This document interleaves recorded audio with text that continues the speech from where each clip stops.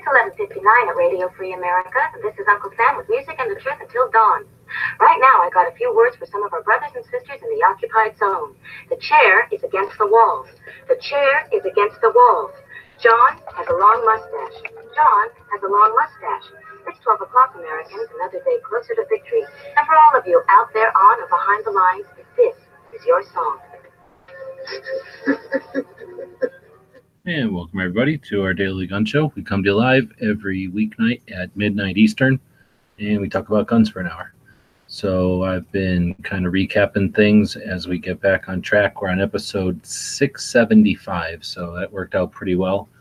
When we started out numbering the shows some Monday long ago, Friday always ended up on a 5 or a 0, right? We missed a bunch of shows on the tour, and I've kind of been straightening them up as we pushed them over back to iTunes, and it worked out real well. Just coincidentally that the weeks end on a 5 again. So going forward, we should be good to go with the same old numbering system. So what is that telling us? In about 5 weeks, we'll hit episode 700. Yeah, so it'll be a little while. But as we count down, I'm going to try to be more, and as we put these things on iTunes more often, I'm going to try to not assume so much. So been touching on why we're doing the show and why we have the segments. We start each show with that piece from Red Dawn, one of my favorite movies. Really influential movie, I think, for a lot of people. When it came out, we were still in a different time. It was pre-internet. It was still Cold War, and just a real different time. Real threat of nuclear war was still present. So that excerpt from the movie is a point when the kids who are the resistance, they got pushed into being the resistance, and they just did what they needed to do. They were realizing that and deciding it's time to act. One of the things is they got was a radio and some more people to take care of and to be responsible for. So with that radio, they were able to find out. They were able to get information, and then, of course, be able to act on that information. And that's what the whole movie's about: how they acted and how effective they were. So a couple of things that I think relate to this show. The show is about getting information out there, and the show is about being the resistance, about being the ever vigilant people that are necessary for liberty to keep going. And when the internet gives us tools and it gives the adversaries tools, it's our job to learn how to master them. So we put this effort out there with an intent to encourage people to do content and to inform them on how to do their content, and to be a place where people can collaborate and work together on content. And that's to that end, we've created Gun Channels, a community over on gunchannels.com. And we're watching the comments over there because one of the other platforms hasn't come along yet and provided us with a live streaming feature to be able to bring people in like we do. We run this on YouTube, and we'll continue to do so up until the day that we can do it somewhere else, and then we'll leave YouTube standing there to die like it's going to do eventually. And but until then, I guess we acknowledge that there are people watching over there, and we'll look at their comments every once in a while. But we're watching the comments over on Gun Channels, a community built to foster the people, again, that want to create content, people that enjoy content that's coming from the bottom up. So we definitely want to say thanks to the people that are taking the time to go through the extra hurdles and the horrible site design and the cruddy interface and the archaic coding, which prevents you from having an enjoyable experience, but you trudge through all that anyway. And you manage to somehow have a conversation on the Gun Channel site. We really do appreciate the people that do that. And as soon as I get some envelopes in the mail, I ran out of envelopes. There'll be stuff. There'll be thank yous showered upon the people on the Gun Channel site. Let's put it that way. All right, so that's a little bit of what the show's all about and what we do. And again, thanks for showing up, and thanks to the people that have joined us tonight. So we got Dead Horse jumping in from Utah. Thanks for joining. Howdy, thanks for having me. And Gary jumping in from Kansas. Thanks for jumping in. Thanks for the invite. And we got Dog from Nevada. Rest. Hey, thanks for the invite. You bet. I'm down here in Tucson. One of the things I've been doing since you want to have good thumbnails or interesting thumbnails for the shows.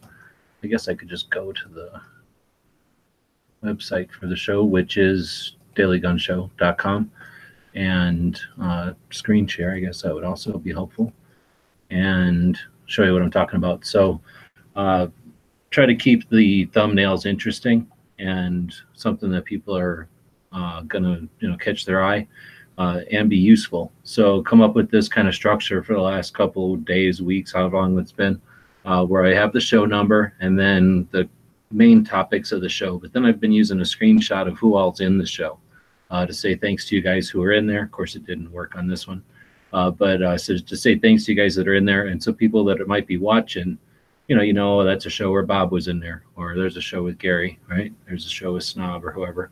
So again, thanks to the people that join in on this sort of panel discussion. Anybody's welcome. Not everybody. Pretty much everybody's welcome. If you're an asshole, you're not welcome. But pretty much anybody's welcome. Just let us know on the Gun Channel side and be part of the conversation.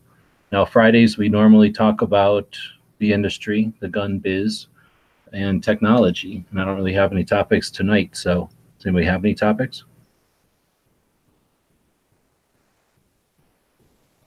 We'll watch the gun. I was listening to what you guys were talking about at Clover's chat. That was interesting stuff about the bullet tech. Yeah, I'm not sure. That's pretty cool. I like the idea of compressed copper, but and then my experience with it was just compressed copper. So just slugs made out of compressed copper, and they were just ball ammo. And the guy that we were working with, I think that was like ICS, or I think it was ICS, or ICC, I don't know. Some company, International Cartridge Company, ICC maybe. Anyway, they were making, like I say, a ball ammo that was compressed copper powder, right? And the idea there was you could walk right up to a steel target and shoot it. And almost doesn't matter how the steel target is angled or attached or what it might be in movement or what. And it was more expensive than just typical Plinken ammo or range ammo, but it was about comparable to buying hollow point. So it wasn't impossible to consider buying it for training. And it was offered to people that wanted to train close to steel. And then it was also for ranges that either had to comply with a no lead situation or wanted to do a no lead thing, but save some money. And basically you shoot these, preformed copper slugs that are projectiles at the steel, and then they turn into powder. You can basically sweep that all up and you can collect, I forget what the number was, like 60 to 80% or something of the copper can all be collected and then it's basically sent back to the place, and they just reform it into slugs and reload it up. So it's sort of a cost thing or a compliance with environmental thing or a safety thing. The difference with what Clover's guest was, and I forget, was it Affinity? No, it was Allegiance ammo, right? Pledge Allegiance. Yeah. Allegiance ammo is that they put that compressed copper powder slug into a jacket. So now you don't have the issues with the compressed copper slug, which would foul a barrel a lot faster than a copper jacket, from what I understand. And potentially you'd have to clean a lot differently because you got copper in there. So by putting it in a copper jacket, you get rid of that issue. And I guess it makes it a lot more, or I don't know if it makes it more lethal, but they market it as being effective for hunting. But I don't think it would be the same for walking up to steel, because now you'd have a copper jacket, fragments going off in all directions. But I think you could still collect all that copper and sweep it up and potentially do the compliance and the cost savings. Well, and I really like that concept of being able to get 60% recollection on it. That's pretty cool. I'd have to double check the numbers. If it's like ICC or ICS or ISC is the name of the company that made this frangible ammo that I'm familiar with. And I think they made a big thing about it because they were trying to get ranges. A lot of ranges, won't they make you use their ammo. And I have no idea why that always is, but for whatever reasons, I have seen ranges like that. And that would just be for that kind of range where they said, yeah, you can shoot here, but you got to use our ammo. And it's this ammo, by the way. And then like I say, it was designed so they would be able to collect it all. There's some indoor ranges who have that policy. A lot of times they say it's because ammo they're not supposed to fire at an indoor range, so it's just their way of covering themselves.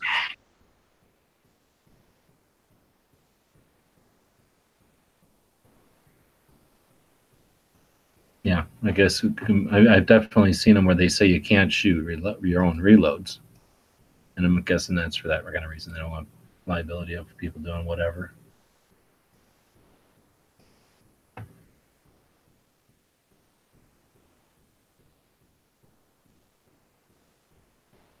All right, well, so anything else about what are those fragmented ammo? Dead horse? You got opinions on it? You're not much of an ammo fan? No, I don't have any opinions on frag ammo that fragments. You never use it? No. I'm a copper and lead guy.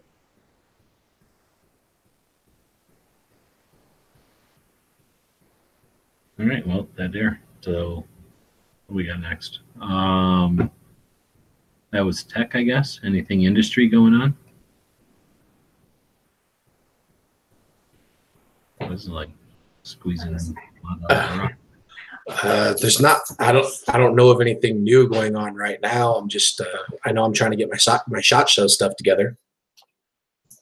But right on. You have any aren't you? I'm not having any issues yet. I'm just waiting for a response. I sent in the last of my paperwork today. Right on. I know you guys are getting ready for Wanamaker, right? Oh, everybody else is. I'm getting ready to not have enough money to go to Wanamaker, but everybody else looks like they're going to Wanamaker. Gary, you going down there? It looks like I am, yeah. And Cycle Camp and Clover and Ghost and Foose and Snob. Many of those people have links to this chat, actually. Mr. Wright usually goes. P226 lives like a block away. And Fetty with a Firearm is one of the original Gun Channels people. He doesn't hang out on Gun Channels too often. But he is in Oklahoma City, and I think he's heading over. Etched Ordnance is sort of a ally of Gun Channels. They did every one of our coins so far. They have really fancy engravers. So they take copper slugs and turn them into coins for us. They're usually there.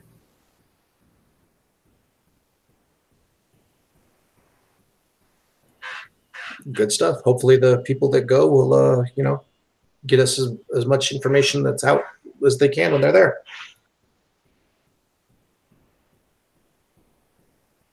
All right, well, I'm going to look into my Instagram thing here, and we'll just go backwards from a while. Should we do the whole trip? Let's try to do the whole trip. So I'm seeing dog pictures, so I'm game. Oh, there's all kinds of stuff to talk about. For instance, this stuff. Do you think Walmart has the same stuff all around the country? Yeah. Nope. No? Nope. Well, you mean like they regionalize certain things, right? There's things that are similar all across the whole country, yes. But then there are things that are definitely not around the whole country. And I would, there's no way to know. I can't even imagine how many items are in a Walmart. But I've noticed a couple where I was like, oh, this is awesome. And that was the last time I seen it. So we're going all the way back to the beginning. And we might have already covered this, but you guys are being boring, so we're going to go back to the beginning, watch slides. So people have links out there if they want to jump in. We'll just double check over here. Who all's green? I didn't send John a link because I don't know. It's too late for him. But he might want to jump in. He can let us know. And because he's not over here talking anyway. Oh, I accidentally clicked on the YouTube site. So now we're going back to here. So I put the multicam in there. I think I've talked about that before. It's dark in there now. All those patches are good to go. Pretty much the monitor worked great once Dano figured out that my one battery was dying. This is Mello looking at some other dog who looks exactly like her, going into some other van. Cue that music that goes dun dun dun. That happened. This is the van at night one day. This is her not giving a shit driving through New Mexico, probably. That looks boring. This is Denver. Oh, so that was probably Colorado. This is Denver. Place looks like a, not really a fortune cookie. It kind of looks like a bird poop. Broken donut. First time. Grass. Collapsed cake. She'd never seen grass before.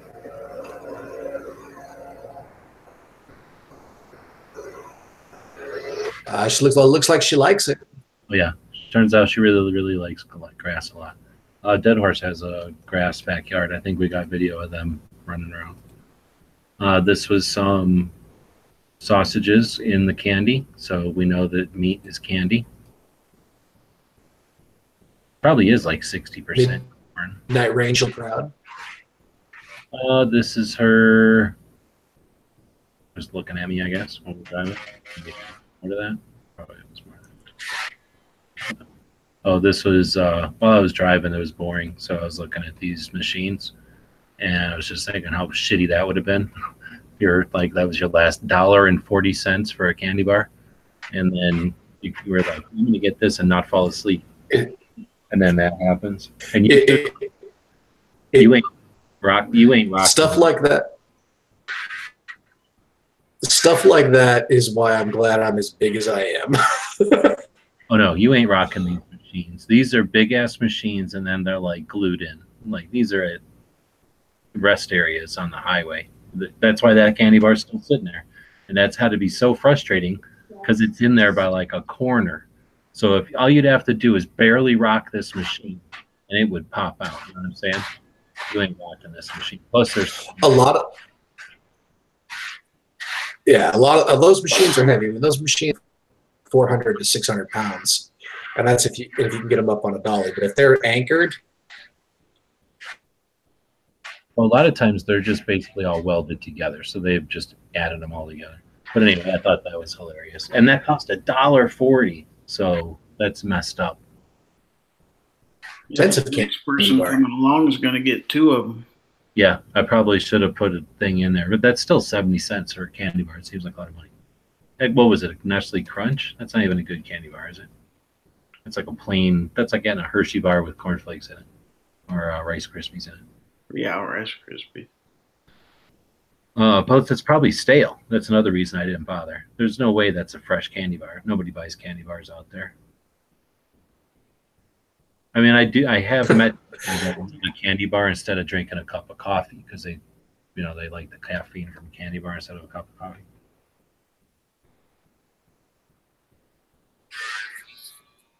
Oh, this light went off and it went away. I think I just got water in it.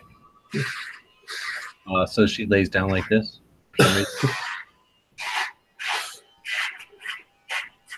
This is when I had the original collar I stole her with, so you can see how dark it is. Hey, look, there's a business that doesn't like business. I don't know what that robot noise is. You got a robot back there telling you what to do? No, I'm grinding the dog's nails. Oh, or I was going to say either that or Charlie Brown's teacher is there yelling at you. So, yeah, it looks like they don't want Great Danes or boxers, I guess. Like, certainly not Scooby-Doo. He's not allowed in there. This was in Iowa. Big-ass water tower that lets you drive. Like, I could have knocked down that water tower because I drove right up to the bottom of the water tower. I didn't think that was even legal.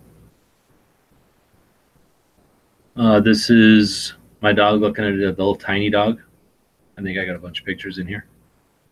Up until she met this little dog, my dog would take food from you and then sniff it and then look at it. And she would always put it on the ground.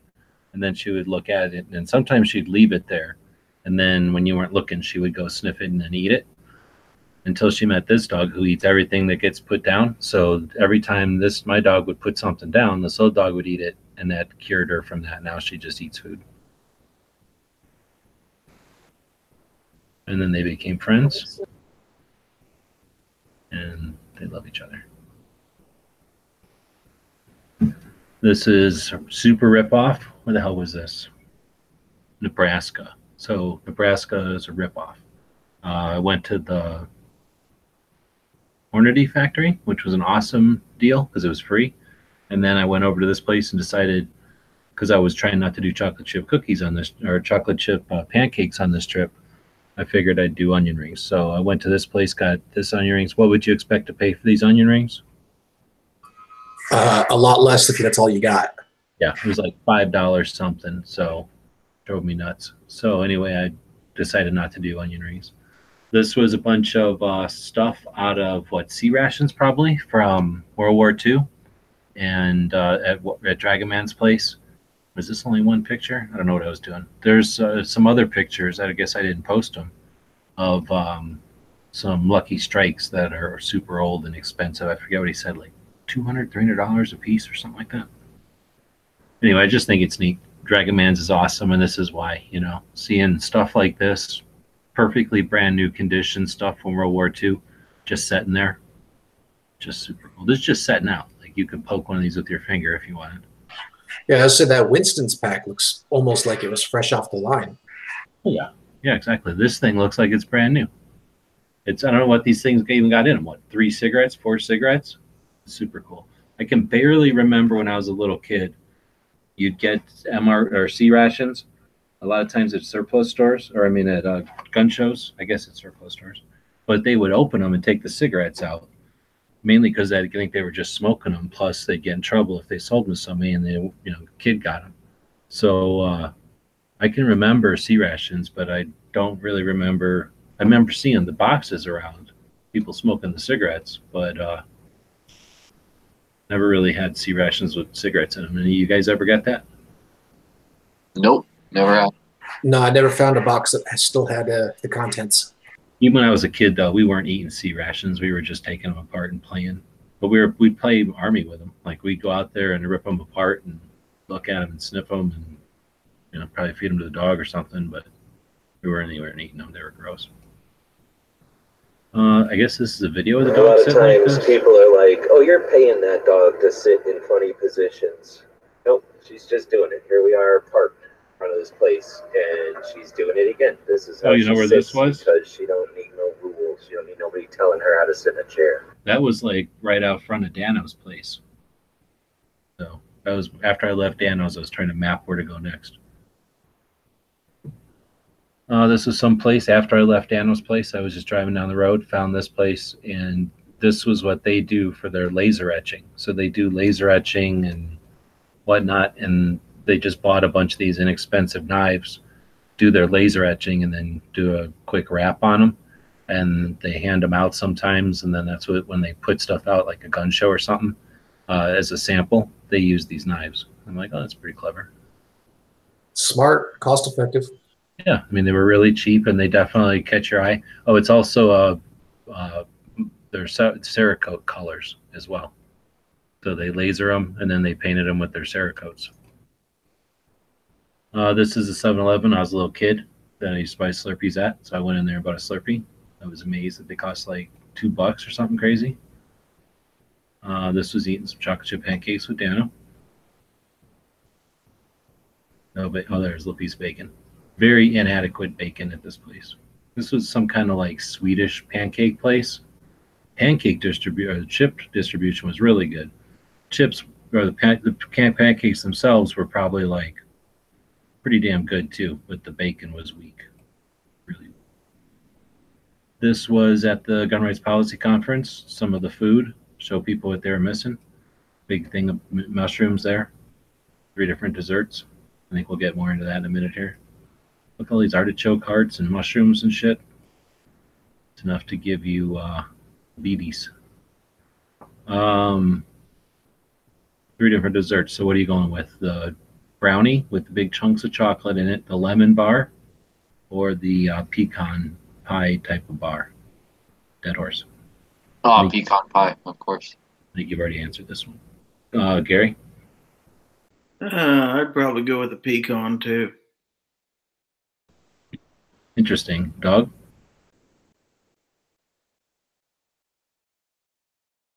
Please, Uncle. I like lemon bars. Lemon bar was pretty damn good. It was super tart, maybe even a little bit too tart, but I don't think that's a bad thing. I'd rather have it too tart than too like sweet, I think. This thing was pretty damn good, but you're all wrong. Chocolate always wins.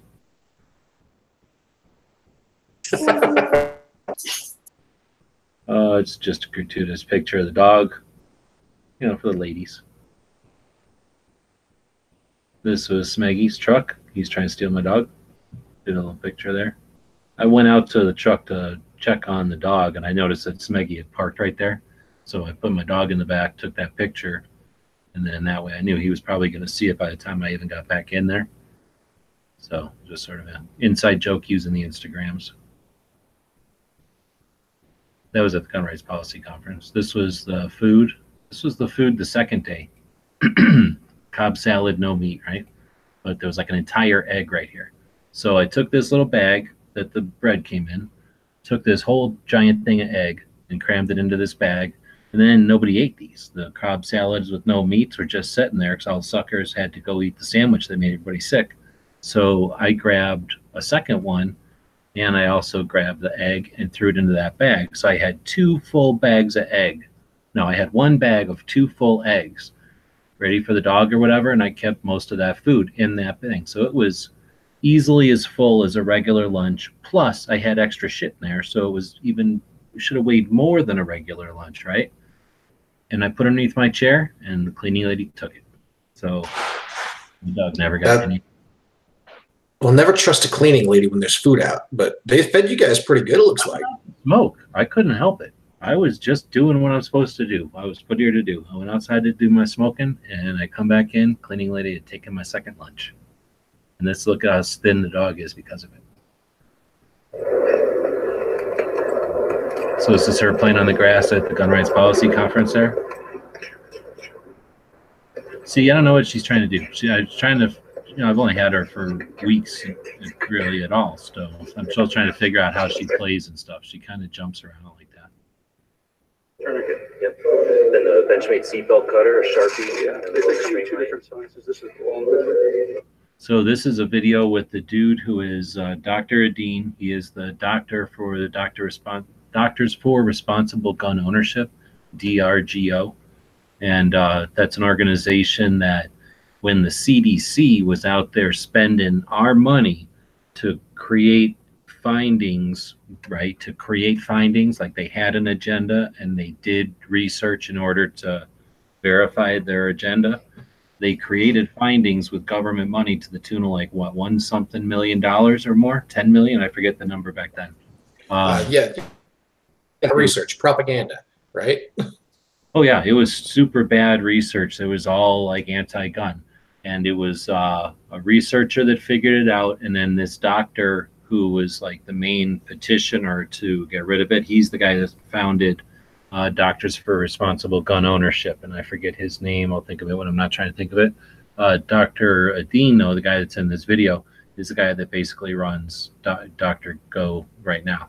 So he's just a cool dude. And I was sitting there minding my business, and he comes over and he was fiddling with his, basically his support rig here, which is tourniquet, gauze. He's got chest seals in there. He's a fucking doctor, though. Benchmade seatbelt cutter, clothes cutter, Sharpie marker, and scissors. I forget what else. So flashlight. So really cool support rig. And I believe it had some,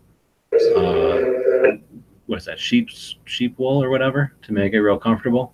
And he was, you know, he's a big dude, putting that on and putting his pants down over it. Just disappears. People don't even see it, even with all that stuff. So again, tourniquet, gauze, and, well, Sharpie marker, flashlight. I don't know about the Sharpie marker. I guess that's useful. But flashlight, tourniquet, gauze, not that difficult to put on an ankle. And if you're carrying a ankle rig anyway with gun, it gives you some counterbalance. But even without the gun, I'd consider, I would put that in your list of considerations to try out because it's a pretty comfortable rig. Anyway, just figured I'd get a quick video from the doctor doing that. and he was nice enough to do that. This is dinner the second night. I don't know, some kind of soups. I think this night they had a bunch of tiny hot dogs. Nope, this was the night where they had big slabs of meat with potatoes and stuff. And then these little goofy desserts that were goofy. Does that qualify as a dessert? A little square piece of plastic that's like a shot glass with some sort of foamy shit with blueberry sitting on top. See, that's what happens when you let skinny or tiny people, or worse yet, a skinny tiny person decide on what dessert should be. No shit. And this is that same shot glass, right? Only half is full. Like, look at these. At least the foamy shit is like most of the shot glass. This is like half the shot glass of yellow snot, a cookie, and then a fucking piece of fruit. They call this dessert. That was one table, and they're all laid out stupidly like this. These are all laid out also stupidly. These didn't taste bad or nothing, but this was like literally 2 spoons, and then you basically wasted a shit ton of it into the corners. There's no spoon that they're going to give you can get into there. There's no way to lick it out of there. So you're basically just throwing a bunch of this foam away. I thought their dessert choices were disgusting. And this, you know who did this? USCCA. So thanks a lot, USCCA. This was your desserts. They were shitty. And this was their vegetable table, which is fairly shitty. I ate it, though. And then, I don't know. I think people liked all this stuff. They had to wait in line, though. This was Charles's radio setup. Kind of behind the scenes, what it looks like at a gun rights policy conference. Clover Tech. He gets paid, or I get paid every time I mention that. We got free Mountain Dews. I posted that. Smeggy's a big fan of Mountain Dews. Pink's a big fan of Mountain Dews. Free pizza, also. Street pizza. Pretty good deal. A lot of the cheese was missing, but it's still good. Got Smeggy over to have some actual pizza, real pizza. What the hell? I got 2 pictures in here? Wow, I really went all out with that one. So there you go. 2 pictures of that pizza. Was I getting paid by not having pictures up or something? This is a donut shop. I don't know. I put that up. I don't think that was a donut shop I went to as a little kid. They got these pumpkin cakes now and sweet potato pies.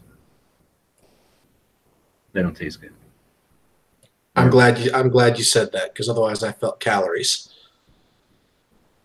No, these are not worth getting. They really taste like chemical, so they're not good.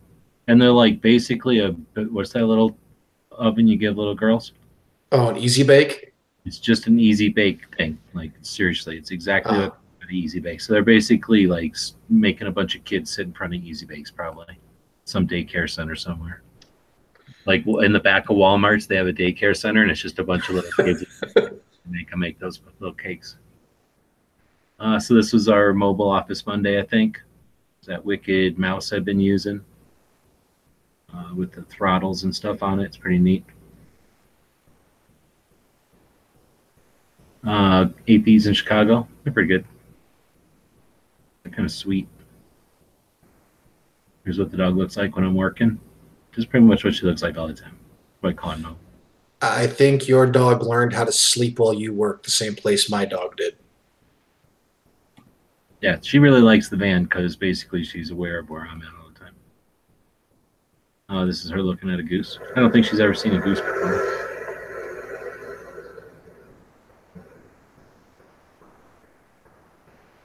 Look at how furry she was back then. That's all the fur that came off of her. What does that think? What do you think of it? I think she wanted to eat it. Did she just lick her lips when you said that? Yes, she did. I think she wants to. Good dog, she knows. Look at this. Beef bacon. This is how you know you're pathetic, when you got to make beef bacon. Sad. Look at the price on that beef bacon. Holy crap, that's more expensive than regular bacon. Yeah, and it's made out of a cow, which there's cows everywhere. What is this? Probably letting people know about a van chat. I don't know what this one is. Woke up a little early today, made 4 new videos. Oh, making videos. So actually those videos are going up over the next couple of days. This is in Illinois, right near Dano, actually. This is Van Street. Here I am, I'm hanging out on Van Street. This is one of the videos making some Indian food on the road. And then there's these eclair pies. That's one of the things that's different with Walmarts. Not everywhere has eclair pies. And I don't know what makes them decide who's going to get an eclair pie and who doesn't. But they're definitely in like Wisconsin and Minnesota. And I didn't stop everywhere looking, but they're in Wisconsin and Minnesota. And we ain't got them. So I don't know why they get them and we don't get them. But they got chocolate all over them and they taste like snot in the inside. They're pretty gross. I don't know. It must be if they don't sell, I guess, then they don't make them. Same with blueberries, actually. There's not like blueberry pie everywhere either. I just don't eat blueberry pie. Does anybody ever eat one of these things, these eclairs? Not from Walmart, and I'm glad you're telling me they're bad because you're helping me stick to what I got to do. Yeah, they're not good. The stuff in the middle, if it had like half that amount of stuff, like if you're into buying a pie for 50 cents and then opening it up, which most of the time the top of these fall off anyway, because they're not connected to the bottom part of the shell good. If you're willing to take like 2 or 3 scoops of the stuff out of it with a spoon or something and then eat it, it would probably be good. But the goop to crust ratio is gross on these. It's like eating snot. They're not good. No, see, a pie has to have a good crust anyway. If they got the ratio mess. Yeah, exactly. And it's not good crust either. I mean, these crusts ain't all that great. And they're always frozen, and this stuff does not unfreeze right. So it'll be frozen while all these other pies are kind of like warm. These things will still be ice cold in the center. So it's like you take a bite out of it, and it's like regular temperature, or like room temperature, and then the center is a big chunk of ice. It's just you're not expecting it. It's gross. Not a big fan. This was a nuclear reactor back here. You can barely tell, but that's why she's losing all of her hair. You can tell better from this, because here's the nuclear reactors putting out their nuclear steam. This is right by Dano also, so it explains a lot. Dano doesn't have much hair. This dog doesn't have much hair anymore. I let her drink That's out of what happened to me too. I let her, oh, see? Exactly. And then I let her drink out of this river, which was probably not a good idea.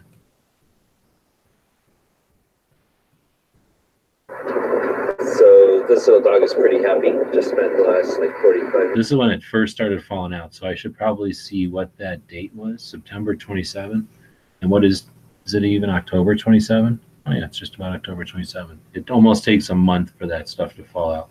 But this is when I was probably getting, like, starting to really come out. Right after the nuclear place. Do you guys ever notice these things when you're peeing? Flying J's, yeah. Every Yeah. J I go into this. I was Doesn't just say truck stops. I was just thinking chicks are suckers because like they're sitting there peeing, nothing. Like we're peeing, we're getting work done, we're shopping. Well, one time they had a bunch of like bullets and stuff in here, like bullet earphones and bullet USB chargers. I could never find them in the store though. People must always bought them when they got done peeing. I was going for a Children of the Corn thing, but I couldn't get a good angle. This was like 7 miles of corn behind her, but she wouldn't stand up high enough for me to get a good angle. This is washing clothes. What the hell is this? Oh, this is when I was sick, I guess. What's this? Mrs. Dr. Pepper. Anybody ever seen this before? Nope. No. Yeah, there's something like called Mrs. Dr. Pepper. I drank it. Is it knockoff? No, it's real Dr. Pepper. It's just, I guess, for girls. Like, they're allowed to drink it now. Oh, all right. I guess if you thought, like, oh, it's a doctor, so it must be a dude. Like, nope, could be a girl. This is when I found out about the robots, the robot beds. They're pretty nice. Highly recommended if you have a Planet Fitness nearby. Ask them if you're like, yeah, I'm not sure if I want a membership or not. Let me try out one of your robot beds. Check it out. It's awesome. Oh, this is some gross soup that I made when I was sick. So is that kind of like a massage table sort of deal? Oh, dude. This thing here is a bed that you lay on. I don't know what I did for a video. Okay, it's a bed that you lay on, right? And you see how it's basically a tarp. It's like it's a tarp wrapped around some sort of foam, I guess. You lay on it, and then it's got a robot under here that's gonna spray water up at you with like a lawn sprayer, like that thing that you jump in when you're a little kid that like sprays water up like off a piece of metal, like 4 or 5 things that come up out of a piece of bar of metal. I think they're just called sprinklers, right? Like a lawn sprinkler. So it's basically a robot with a lawn sprinkler. But if you're not laying on this bed, like it'll push the tarp up to like, foot. Like if you're not laying on the bed, it'll blow water up. I didn't really get a picture of it with the water because it's tough to see. I think I tried to do a video of it, but the water will like blow up here like a foot.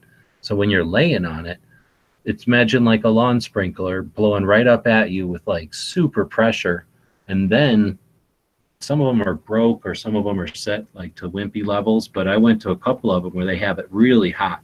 So now it's hot water blowing up at you. And then wherever that control panel was, you're going to tell it like anywhere along here, it'll blow it. So you tell it your pressure, you tell it your speed, and then it's just going to go back and forth. And I usually go from the bottom of my butt to my head. And then that way it just goes back and forth and back and forth. And it'll run for like 10 or 15 minutes, depending on which Planet Fitness you go to. But yeah, it's awesome. I don't know how much those beds cost, but that would be the kind of shit that rich people would have in their basement or whatever, and just run over there and lay on that thing, fall asleep. Pretty cool. And then this one is same thing, except you're sitting in some kind of chair, I guess. I haven't done this one yet. Stuff. I mean, this, you pretty much fall asleep. This, I can't imagine sitting in that and not falling asleep. Just fall asleep, I think. But anyway, yeah. So if you go to a Planet Fitness, it's something where if you're $10 a month, you don't have, you shouldn't even ask. But if you're $20 a month, you have access to it. So if you went in there and said, hey, I'm thinking about getting a membership, let me try out that robot bed, they'd probably let you. Unless it was like the middle of the day and they had a bunch of people in line. Some shitty soup, some weird potato chips. Doesn't this look scary? Like, that looks weird to me.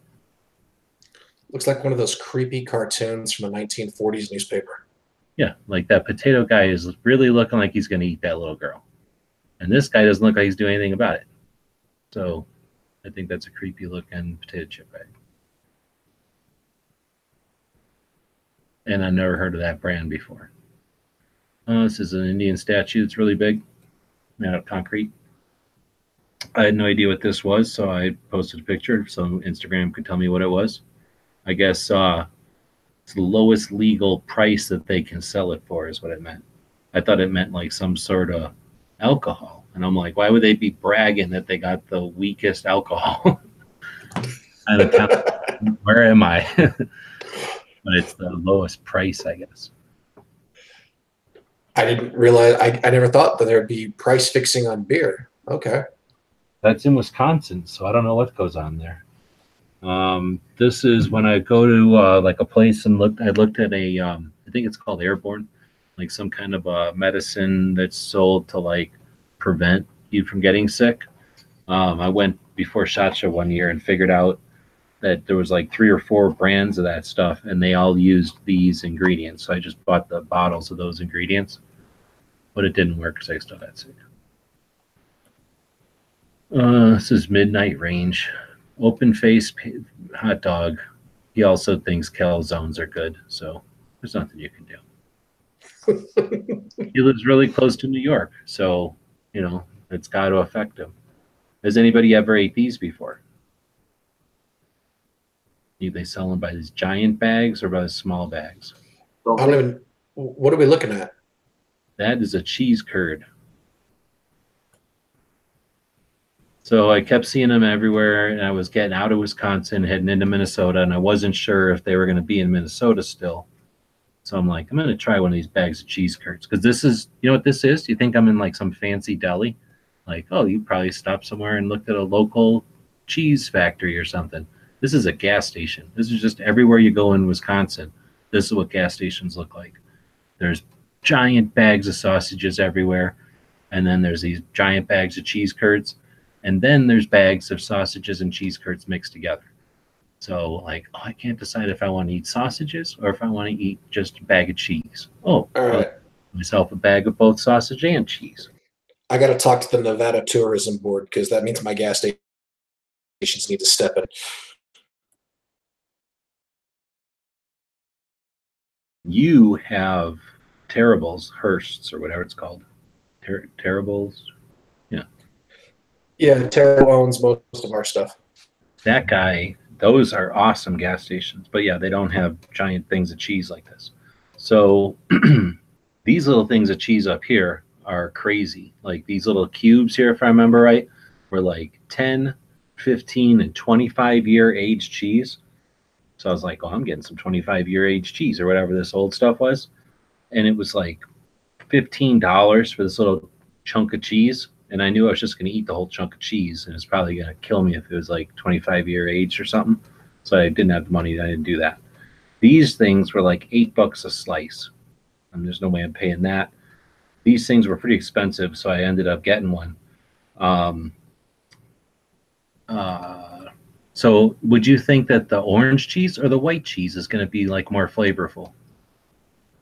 I figured the white cheese would taste like mozzarella cheese, right? It was probably what, like a sharper cheddar? I don't know. I figured the white cheese would taste like mozzarella and the orange cheese would taste like cheddar, but the orange cheese tastes like nothing. Like it just tasted like eating butter or something. So this was a total disappointment. The dog ate most of it. It's $4. So I was super disappointed.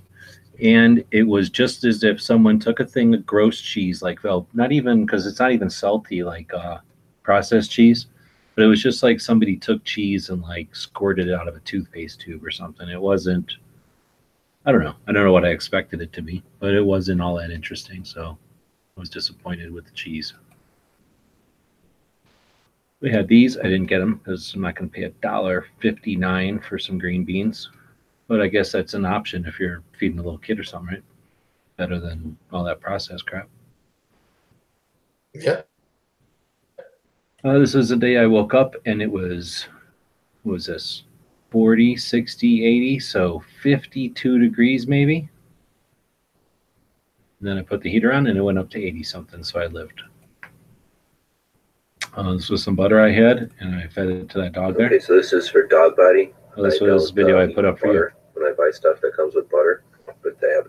You were putting up a bunch of stuff about your carnivore diet at the time. You were like steaks with butter on them and shit. So I figured you'd dig giving her a bunch of butter. See, dogs love butter. Yeah, she actually liked the butter. Spoiler. So here we are again, working in the thing. And she was all happy that I gave her butter, so she basically slept over here. Notice how normally she sleeps way over there somewhere, you know, kind of barely aware that I'm there. As soon as I gave her the butter, she's all like, oh, can I sleep like right here? There's more butter. I'm right here. Got all these for like $2. It's crazy. These were all in a quarter thing. 25 cents, everything in this box. So you kidding me? There's nothing wrong with these. These say airborne range or airborne. Mess with the rest. I like the rest. You kidding me? Got 4 of those things. That was $1. Got this brand new Illinois thing. Got this thing that says Habib. Flat Earth patches. I forgot to give you one of these things, dude. When I was at your place, we're gonna leave you one of these. Got this Marines thing that's kind of goofy. Got these smiley faces. None of these are broke or weird or nothing. So I took advantage of them. They put them up there for a quarter. I grabbed them all. Are those stitched or vinyl? These are all just regular patches, like embroidered. Okay. I don't know. The place must have just got sick of having them around. It was kind of cool, actually. I don't know if I don't think I posted it anywhere, but it was all in like a, not really a Foot Locker, but something like a missile container that was, you know, something like the size of a Foot Locker, a long rectangular thing. And it was like maybe a foot deep, just full of these patches. And I'm digging through them because look, there's gold in there. There's all kinds of cool ones in there.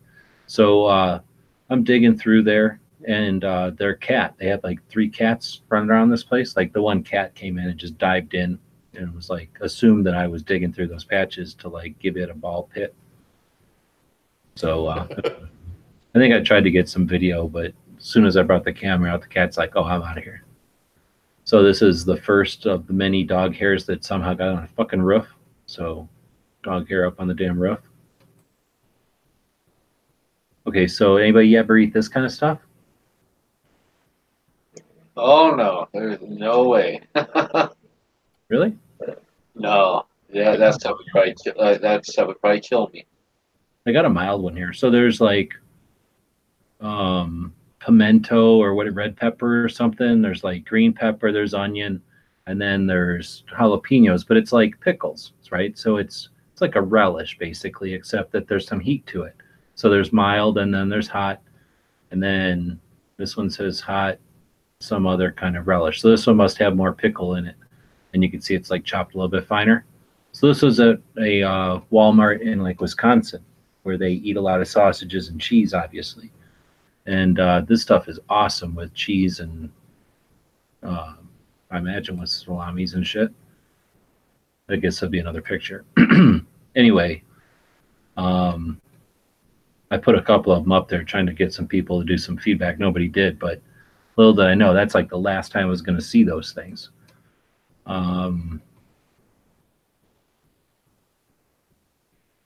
Midnight was getting all mad because people weren't tipping, I think. Went to the Leinenkugel's place. It was all right. I don't drink beer, so. And look at their patch there. I took a picture of that patch. Like, it's all goofy. It was more obvious in real life, but, you know, you can see this circle of the design or whatever, and then the border. Like, it's all really close here. It gets really big there. I feel for him. Huh? You're breaking up, or am I breaking up? Dog body was breaking up. Let's see. So during Prohibition, they had all these different things: chocolate soda, Mountain Brew. So Leinenkugel's made Mountain Brew in the 1920s. Is it G screen freeze for anybody else? No, you're breaking up, so I'm wondering if your connection is just shitty.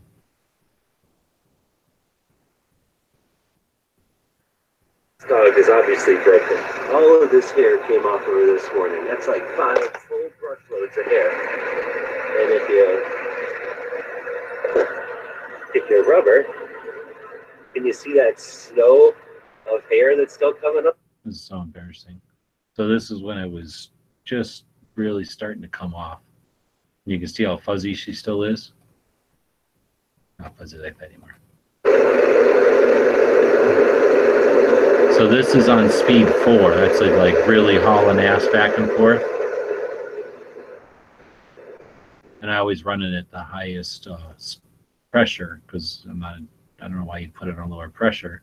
But sometimes it's nice to have it on slow speed, and then sometimes it's nice to have it on fast speed.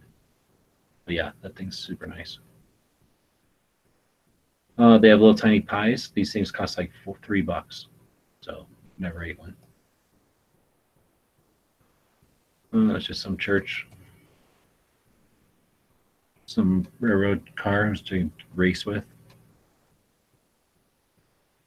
Not very often you get to sit right next to an engine like that. I went to this horrible place and ate this gross food. So I was looking around and this donut place was there. So I went over and wanted to get some donuts just to get that horrible taste out of my mouth. And these weren't that good at donuts.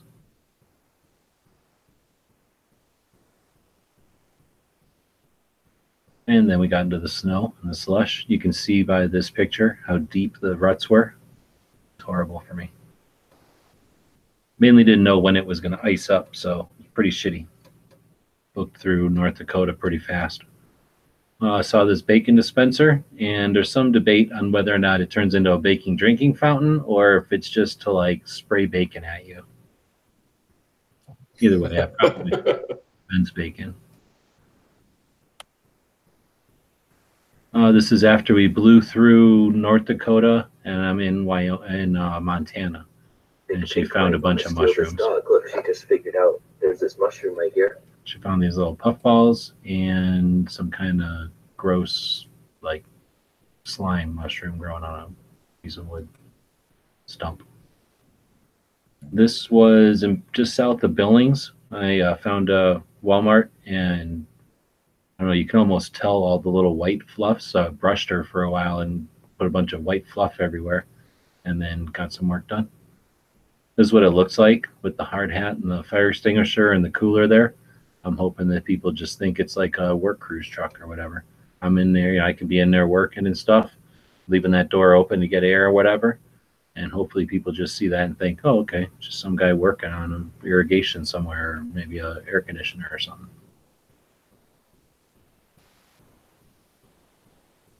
You ever seen these?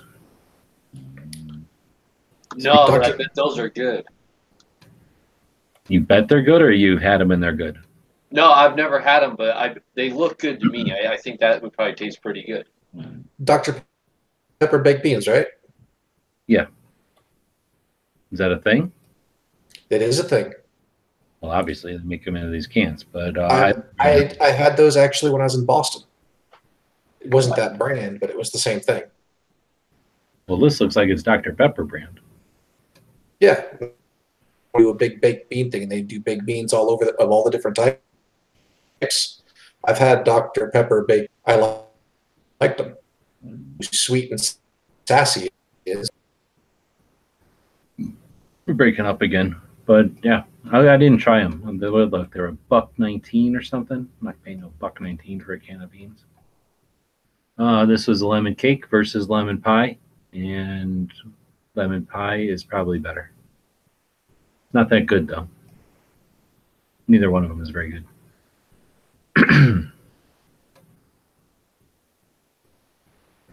So this was just on the side of the road. I thought it looked cool or whatever, and good Instagram post or what. So I posted it. You guys know the Adventure Cowboy by any chance? Clayton. So he met up with the guys at SHOT Show one year when he was first kicking, maybe 3 years ago or something, when he first started doing stuff. But he's been on a couple of TV shows. He's up in Montana, I think. And or maybe it's Montana. It's either Montana or Wyoming.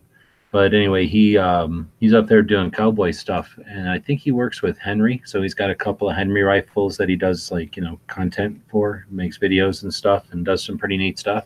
And then, like I say, he's been like extras in some westerns and some TV shows. So just a cool dude. Yeah, he does a lot of Instagram stuff. He probably does some YouTube once in a while. But he's just cowboy dude doing cowboy stuff. And anyway, he put on here that square and compass brand in the top right corner.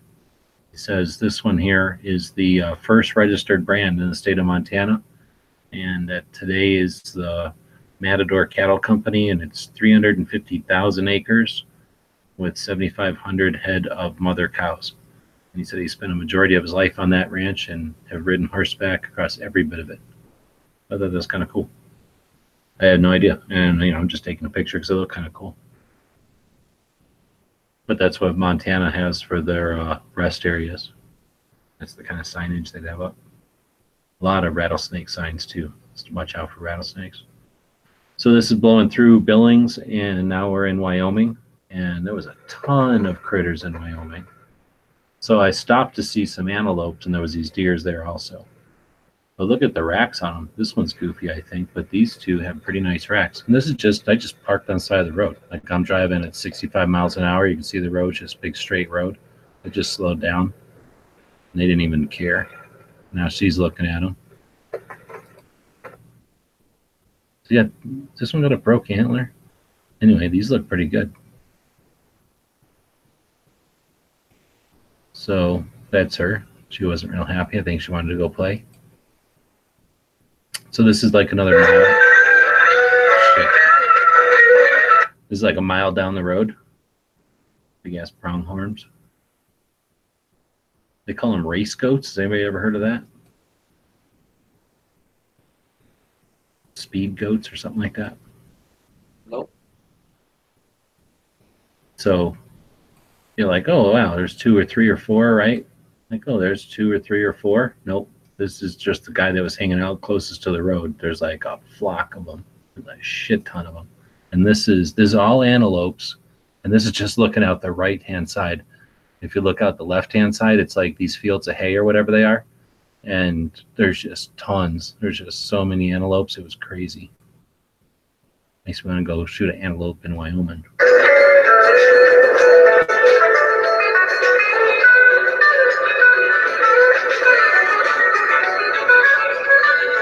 So this is going through 3 tunnels on the Wind River Indian Reservation, and there's a tunnel on that side with the railroad track. I thought that was kind of cool. So I have the video camera going. In fact, I just did a video for this. They're driving through Wyoming, where it whips through here, but at 5,400 times speed, it whips through those 3 tunnels really fast.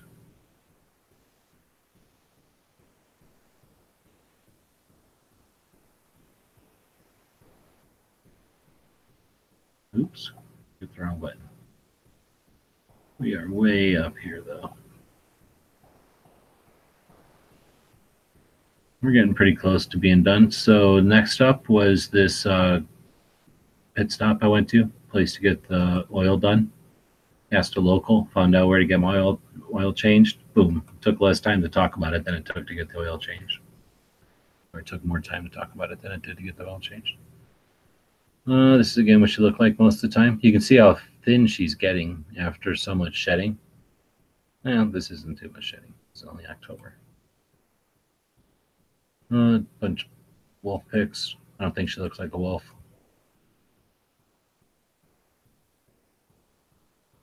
Mural.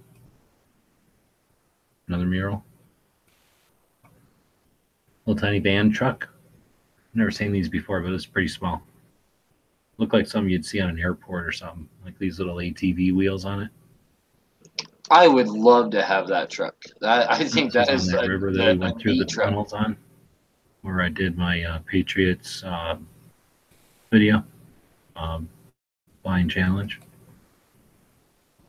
This is just a bunch of license plates at one of the gun shops. That was pretty cool. Wyoming does their county on the left. So that number on the left is the county, and then the little cowboy guy, and then it's your license plate number. So when you look at somebody's license plate, you know what county they're from. This is a bunch of the gun shops that we visited. And this is when I was in Salt Lake City, and it was getting pretty cold. This is Dead Horse's little puppy dog. Some more running around the grass. Oh, I have the video turned down.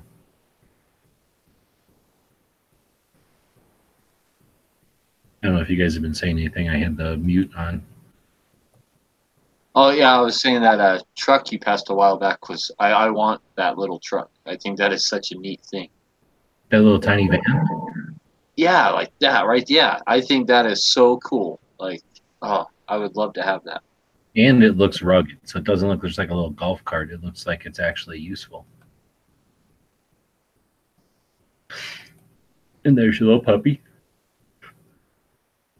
Which your dog became pretty protective over pretty quick.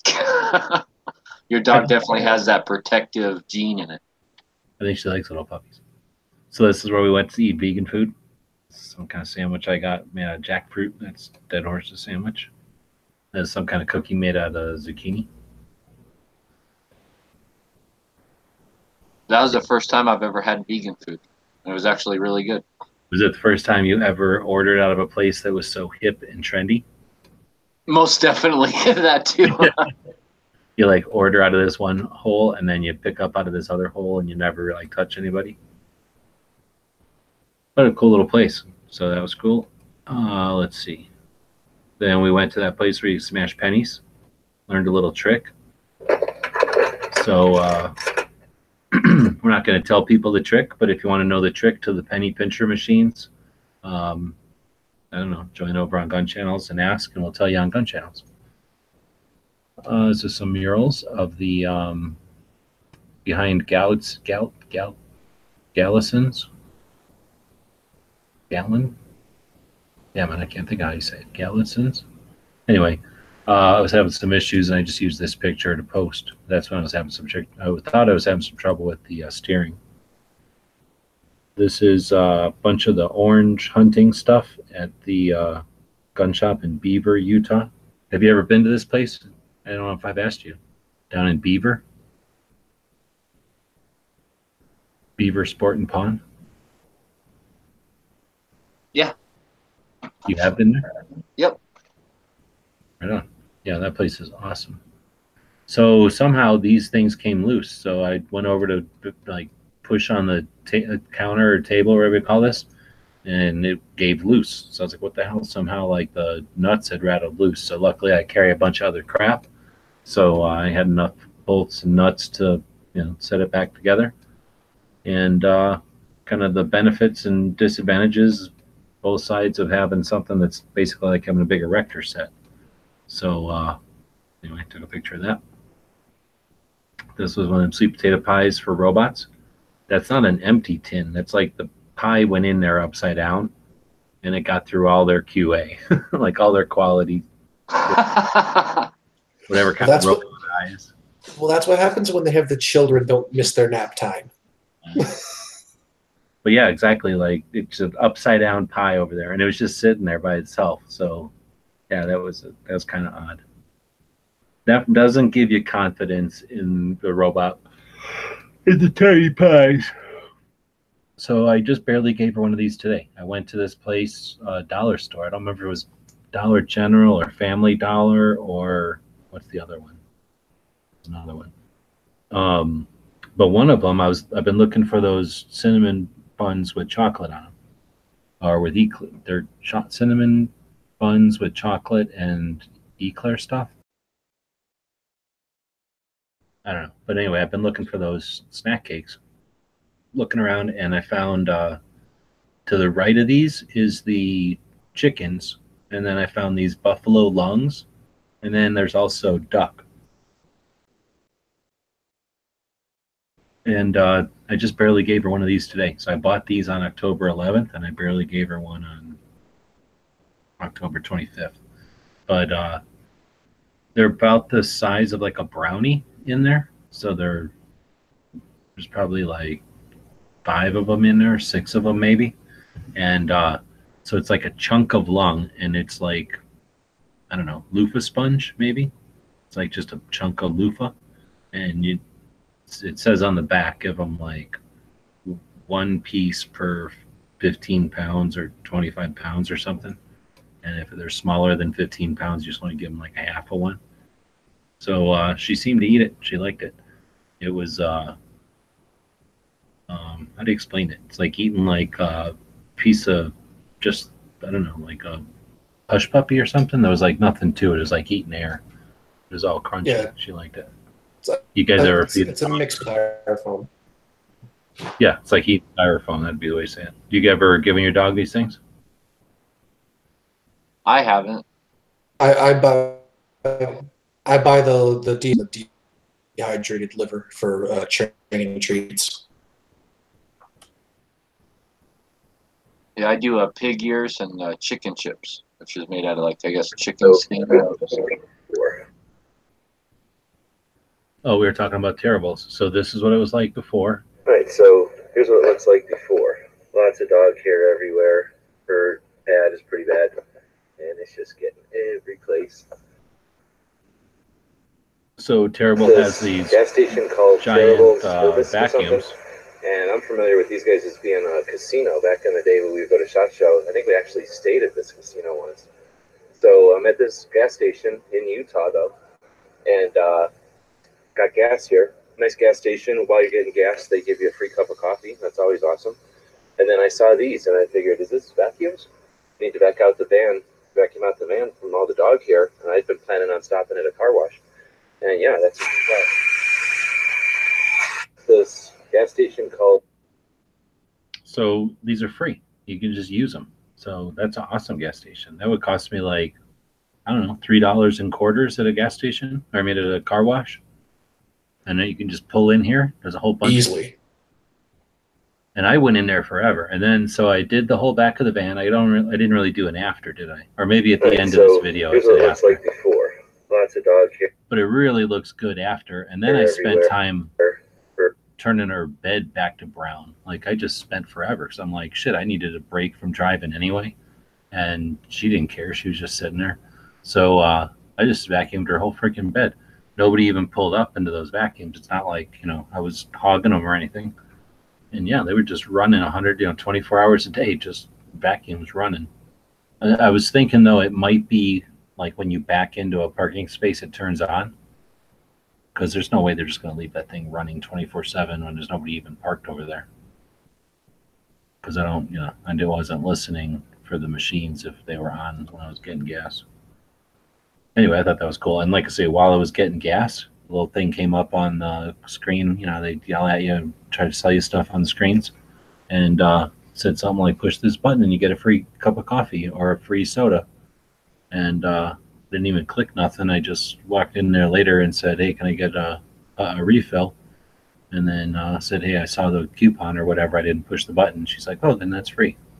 So didn't have to even do anything. I just got a free cup of coffee. So I'm sold. I like them. Yeah, for a name like Terribles, right? Like you might not think that, like this is going to be a super cool place. It's kind of ironic, right? That it's called Terribles and it's a really good place. Yeah, certainly. Just, in Vegas, like we stayed at a good Terribles one time. A couple of years ago, Terribles started selling all these to Golden Gaming, and they've really been investing in their truck stops and gas stations. This was their like wallpaper. These are like really big. And this isn't a great picture, but these are like, like a foot by 2 foot. They're really big. So it's just really impressive to see a big hallway decked out in these giant license plates. Anyway, cool. Oh shit, what did I do?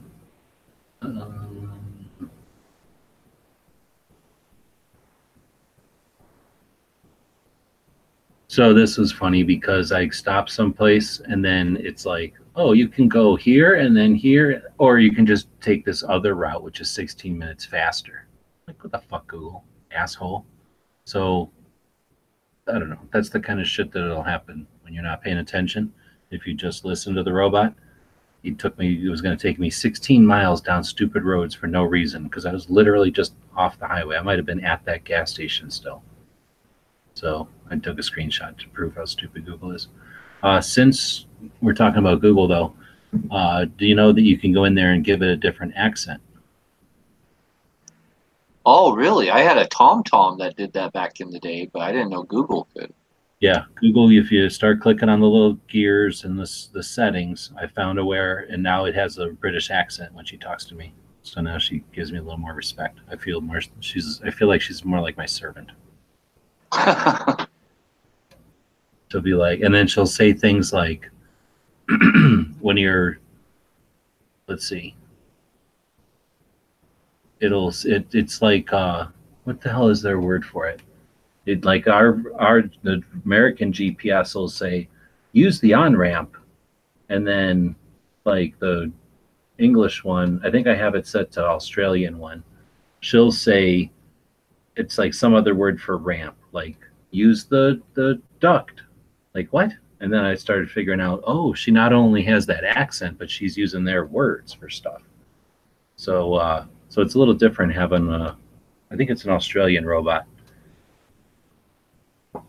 Somewhere like on October 12th. So like at the very end of the trip, I figured out that Walmart discounts all their fruit and stuff, which is pretty neat because some of these things are pretty cool, like alternatives to them bullshit nitrate and processed cheese and gluten cracker things that people give their kids.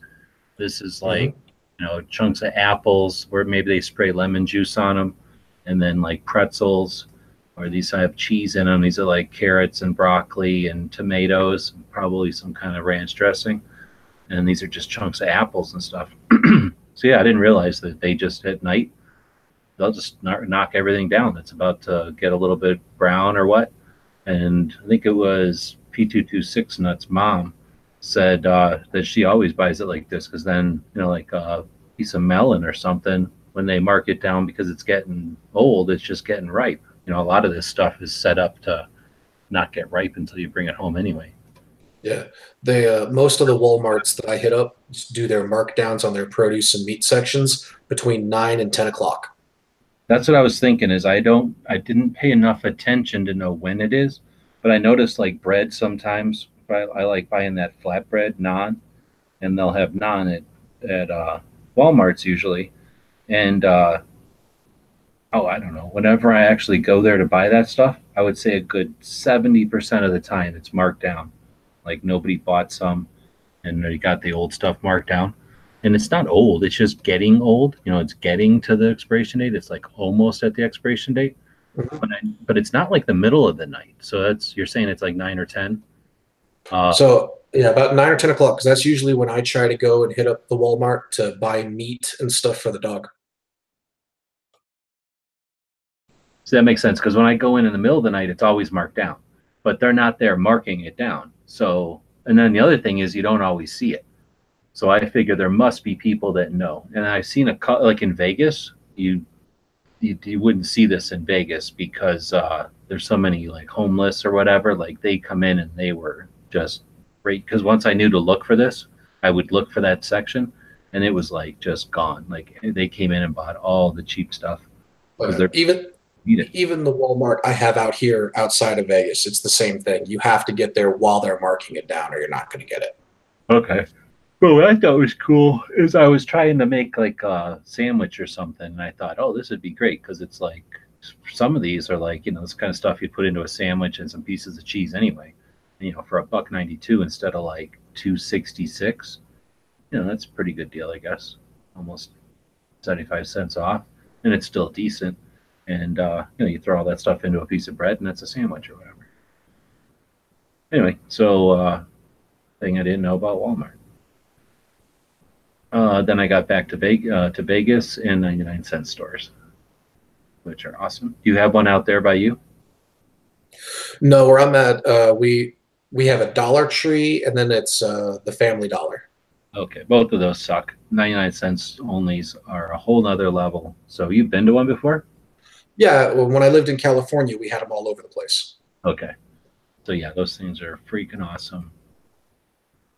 I found this cheat sheet that somebody left out so that everybody knows the secrets to the pie area now. I shared that with the world. But they have like a tiny pie strategy. Let's see. I was posting a thing about going live and just showing off some of the stuff I do with my patch panel. I take a rubber band and stick a patch kind of through the rubber band, or the rubber band around the patch. And that way I can keep my little notepad up there easily. And then this other one, I just like jam a pen in there enough times that it makes like a little pen holder. So my patch panel is useful. And is that backing that you have there, is that just like regular carpet, or is that made for like Velcro patches? Like, oh hell no, this is from Walmart, or Home Depot or something, and it's I would call it like speaker cabinet carpet. It's like really, really thin, really bendable. So if you are wrapping like a piece of furniture or like a cat thing, scratching post, or like a speaker cabinet, it's really junky carpet for that. And it works perfect for what I'm using it for. It's actually too sticky. Like it's so sticky that like if I was going to peel Angelina's patch off right there, I'd have to hold the stuff because it would also rip it off from the wall. Like it would want to stick to the patch so much they would rather rip the adhesive that's holding it to the wall. And that's awesome. I need to get me some of that. I'm gonna have to look for it. And then if you're putting it into wood or something, what I'd recommend is some staples. In addition to gluing it down, some staples to give it some physical hold when you're pulling patches off. Because like I say, it holds patches well. Definitely good in the vehicle. Like none of these patches are ever it's not possible for these patches to fall off of this. It's way better than hook Velcro. As far as like stickiness or whatever. I was coming out of the gym one morning. That's what it looked like.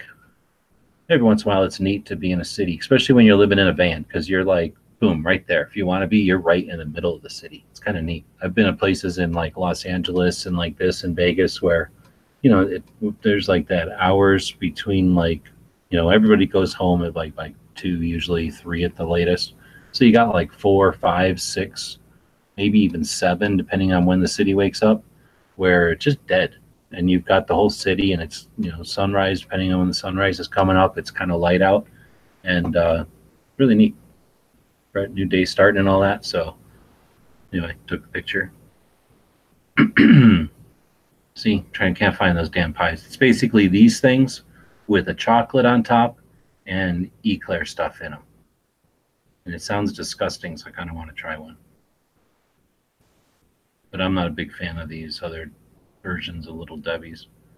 This is me eating at a vegan place, and she can't eat none of this stuff because it's all chocolate. She wasn't real happy.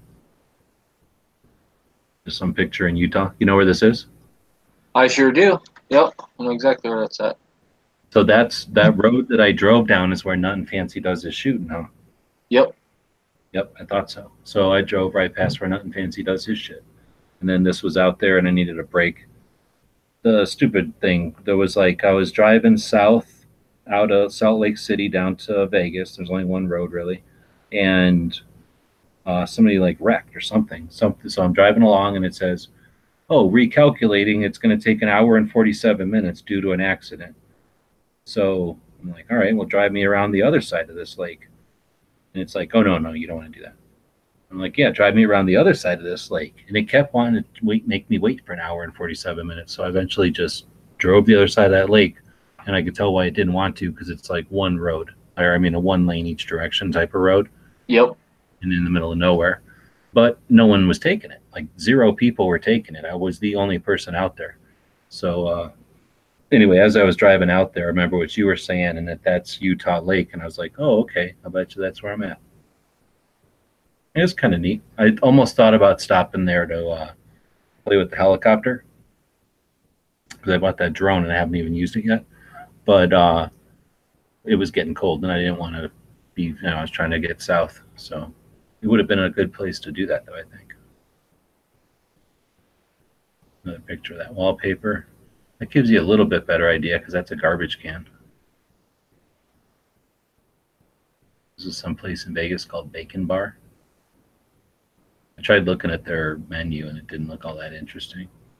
This was in Cody, Wyoming. Just an interesting mural. Really neat. I think that mural is badass. I mean, like the shadows and everything, that is really good looking.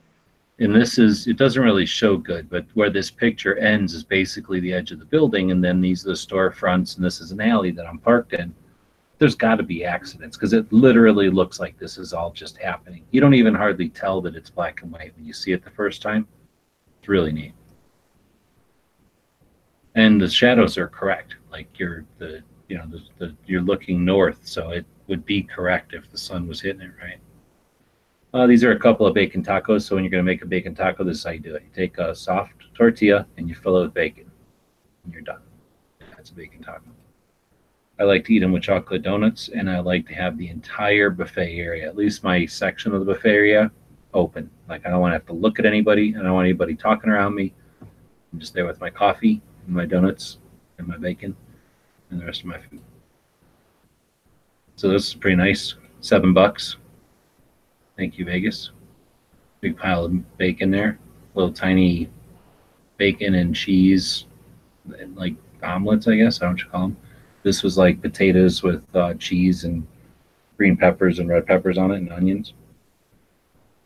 Bunch of other stuff. Bunch of little tiny waffles and sopapillas, maybe. Mexican food at breakfast. That's how you know you're at a classy buffet. $7. Actually, I think I paid a little bit more because I have a red card. I have to add $1. I paid $7.99.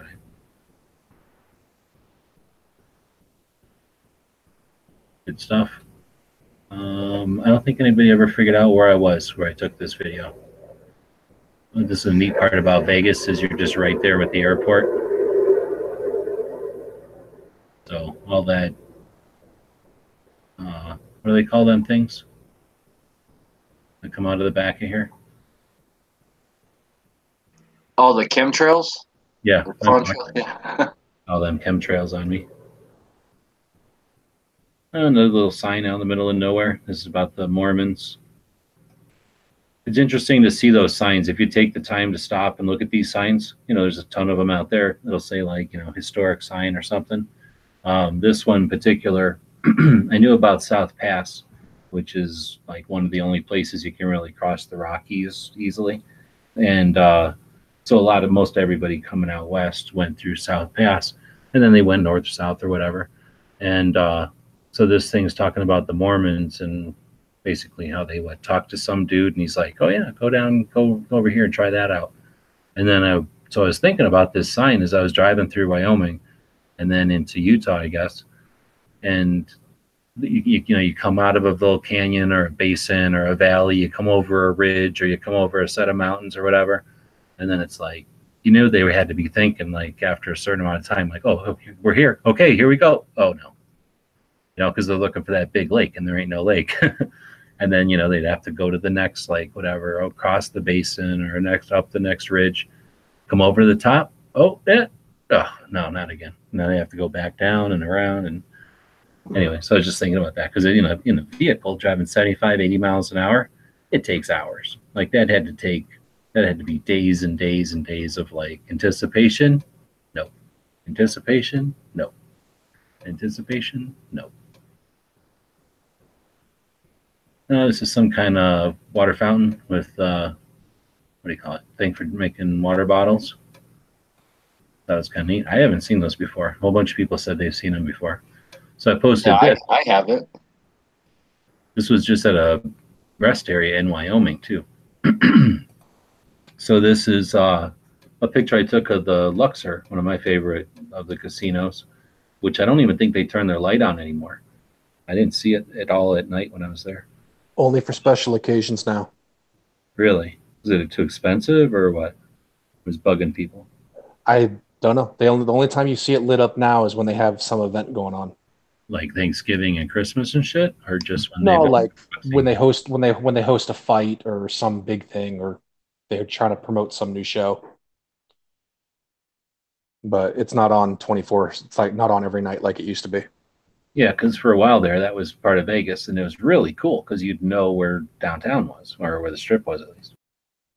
Anyway, so this is a cool picture of it, and it's nice and squared up and everything, and I'd never been on this angle before, because you can't get this angle from the north and south. There's hotels and shit on the north and south, so you can only get this from the east and west, and if you were on the other side, you can't get this either because you'd be in the airport. So I didn't even know you could get this view, and such a nice view of it too, with just its little palm trees and shit. It's actually really cool, and it even says Luxor and stuff. So I'm across a highway. Like I am really, really, really far away from it. It's just a huge building, and I'm just parallel with it, I guess, height-wise. So anyway, I'm in the parking lot of this one rental machine gun place, and I was like, hey, dang, I'm looking at the Luxor. So I took this picture, and then I posted, where am I? And pretty quick, people figured it out. So I thought that was kind of cool. If I would have known about that, I probably would have done something like that throughout the trip. I might add that to the next trip. I remember hearing something like that light on top of there is the brightest light in America, and you can see it from space or something, but maybe that's urban legend. I don't know, but I remember hearing stuff about how bright that light is. You can definitely see it from space. I don't know if it's the brightest light in the country or not, but I know you can see it from space. Because they make a big deal about it. When they first went up, I loved that casino. It's probably airplanes. It's probably why they don't have it on all the time now. It's probably interfering with air traffic or something, blinding pilots or something. That's what I kind of figured. I mean, it's not really like they don't fly above the strip, so they don't fly above it. But it could just bug them, like they don't like it for some reason. Although I would think it would be just it's like a permanent beacon there for a while. You knew where Vegas Strip was because that light was there.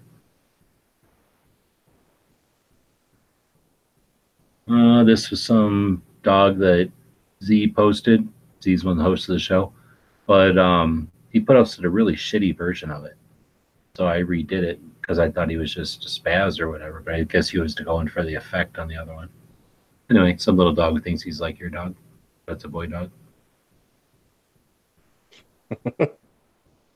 So I went to the Walmart, and these were $1. Oh, wait, what are they? $1.95 or something? No, they were $1. $1.04 for like freaking 8 donuts. Assholes. Then I went to this range, and I was driving up and down the range, and I was thinking to myself, I'm kind of hungry, and I have not been, or I've been to this range many times, and I've never left money at this range before. How do I leave some money without shooting? And then I seen that they had this sign, or they had the signs for this snack shop. And I'm like, what the hell? I'll go get some French fries at this snack shop. I don't know which, if you like these kind of French fries, kind of like McDonald's fries, I think. But holy crap, were those some of the best fries I've ever ate? And they were $3, $3, and this place. I don't have a good picture of it. I didn't realize that they were going to be the best fries I've eaten in forever. But it's just this little snack shop in this. Do I even have a picture of the room? It's like a building kind of like this, you know, and just a corner of it is this little snack shop, and or snack shop, snack bar, and holy moly, were those good French fries? Those were really, really good. The grease was brand new or really good. You know, it wasn't all gross. They cooked them just the right amount of time and everything. The guy like brought them out to me. Like if I had bought $75 worth of stuff, he like ran them out to me. Just awesome fries. And somewhere in there, like I said, I didn't take a good picture of it because I didn't realize that I was going to be getting such an awesome order of fries. There's like a thing over here that I didn't get a picture of that says they were on some kind of show. And I can't remember for the life of me what the name of the show is. Like delis, gift shops, and it's like 3 different things. It's like diners, drive-ins, and dives. That place. Yeah, thanks. So they were on that show. And I'm like, I can see why, because it was a nice little clean snack bar and kicking out awesome food. So some lady was there ordering one of these other $12 things in front of me, and they still ran my fries out there. Like if I would, you know, they don't know me from anybody else. They just were like, hey, this guy wants his hot fries, or his fries hot. So here you go. Anyhow, I would definitely recommend it. If you're ever in the Vegas area and you decide to go up there to go shooting, eat up there. It's definitely worth it. Man, I wish I had those fries right now. I just got fed up. I was waiting here for way too long. And I think I was heading out of Vegas and I was buying a thing of like energy drink. So I was like, I did not want to go stop at a gas station. You know, I was already in line. But I'm listening to these 3 talk about like Carol and how she was given the manager job and she decided to decline. And then the guy who was actually working with customers was like, what? And then they'd be like, yeah, she had the job. Weren't you here on Monday? And holy crap, like I learned all about Carol and her like, you know, issues, and then with the doctor, and this whole time this guy's just sitting here eating fucking cookies or something. And you know, there's like a bunch of, I don't know if I got the video of the people behind me. There's like 3 people behind me. There's some dude in front of me, another dude, and then like a lady with kids, and another lady. Anyway, drove me nuts. So I made a video. They didn't even care, and I just like made the video right in front of them. Oh, this was an El Camino I seen, and it matched my white Chevy van, so I took a picture of them. This was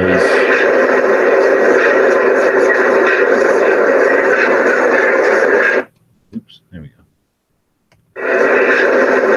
That was on the other side of the Clark County range, so the Boulder range. So where SHOT Show does their media day at the range, that's the berm. Like on the other side of that dirt is where we're going to be shooting media day at the range. So they laid this new highway down right in front of, or right on top of that range, actually. Be pretty interesting. This was, so I'm sitting here. So the Clark County, is everybody still here? We still live? Yep, still here. Yep. I switched over to my phone, so hopefully I'm clear. Oh yeah, you're loud and clear now. So I'm at the Clark County range, just got done eating them great fries, and no, I didn't. I was on my way up to get them great fries. And I decided to stop here basically to brush the dog. I think that's what it was. I hadn't brushed the dog in a while, and it was windy. And I'm thinking, okay, perfect. This is just side of the road, middle of nowhere. I'm like a mile still from the Clark County shooting range, which is going to be like up a hill in front of me. And I had just come from like kind of up down a hill behind me there where Frontier Armory is. So I parked down here in the bottom of this kind of wash area. It's BLM or something land. There's sort of an electric plant here, so the road kind of widens for their parking lot. And I figured, okay, I'm off the road. Nobody's going to give a shit. I can open this up and brush the dog for a little while. As I'm sitting there, I hear like a scraping noise, and these fuckers come up with like a pickup truck with like a utility trailer, and the utility trailer is like just bogged down with like some kind of green debris, rubbish. What do you call it? Like, you know, plant debris, and or like, what's the word for that? You know, landscaping trash or whatever, like limbs, Shrubbery. yeah, and they just kind of pull up in front of me and like kick half the shit off of their, not even the whole amount of shit, but like half the shit off their trailer, do like a sloppy ass U-turn, and then haul ass out of there. And I'm like, you fuckers, like this whole place is basically barren. It looks like the fucking moon, and then there's this road across it. But it's just white and nothing, barren desert.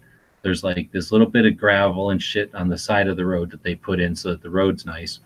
And then these fuckers drop like half a trailer full of just, you know, landscape crap, limbs and greenery and shit. I'm like, what the fuck? And then they drove off. I think my dash cam will have them, and I have to go find that. And it happened so quickly, like I couldn't believe what I was looking at. I think my phone was charging in the front, and it was, you know, how if you're looking at it here, I'd have to like either run around to the driver's side or jump in through the middle there, or close this door and then unlock this door and open it. But with my phone like in the driver's console, I was basically as far away as from my fucking phone as I could be. And these fuckers just drove off. I didn't get a picture of them or nothing. One of the worst parts of that is the dump is free. Dude, and they dumped half of the shit, so they still got to go somewhere and dump the other half of that shit. Makes no sense. Whenever I see stuff like that, it kills me, because pretty much for most of the state, all our dumps are free. You can just pull up and get rid of stuff. There's no charge. That's crazy. So I get done brushing the dog and shit from here, and then go up, eat those fries, and I come down, and there's some guy in a pickup truck who works at Clark County loading up all that shit and dragging it up there. Because, you know, they can't leave it out here. It's just, it's out of place. It was a bunch of green stuff in this middle of this nothing. It would have just, you know, got all over the road probably. So some kind of asshole in Nevada. Then this is the picture when I got back to Arizona. This is right after coming south from where we were just at, kind of on the Clark County thing. This is like my old van right here.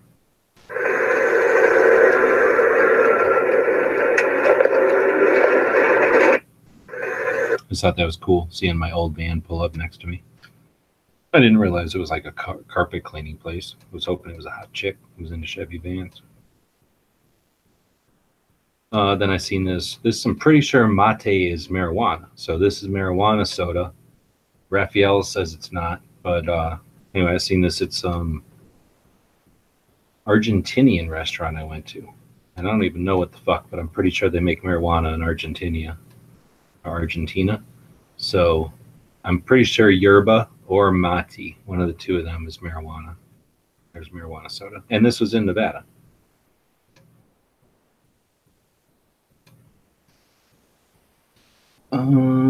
This is a bunch of the food that I ate. Made it into a, whatever you call it, montage. There's the dog, not giving a crap. There's the new van that we just talked about, or the old van we just talked about. So I go out there the other day, and I'm like, where's the dog at?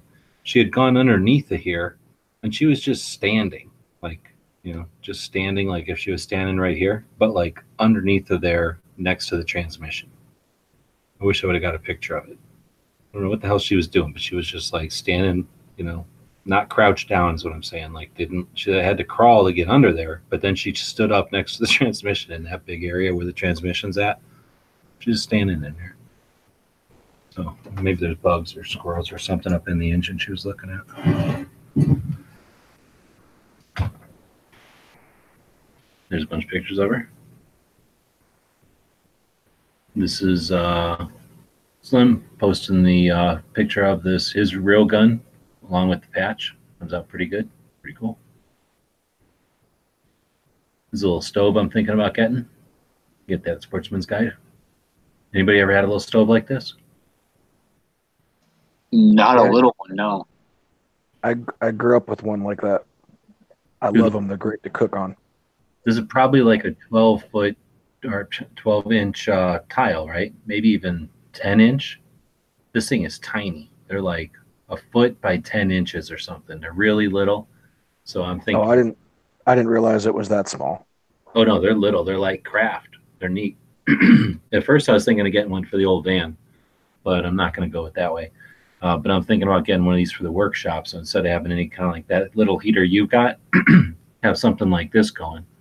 And these are just little twigs, you know, to keep the thing going or to keep the place hot. And surprisingly, a cast iron stove, I'm not sure about the small one, but like the bigger ones I've had in my houses and stuff, I mean, they'll heat your whole house. They really will. They'll do a good job. Oh yeah, seriously. The way that it's shaped, they're either, I think they're made for like tents. You know, it's really cold for like a tent, like the big ass mash looking tent where they're going to be drafty and shit, or ice fishing houses or whatever, I think. So they're definitely designed, you know, with the shape. All that metal's, those legs are going to be giving off heat to some extent. Door, of course, is giving off heat.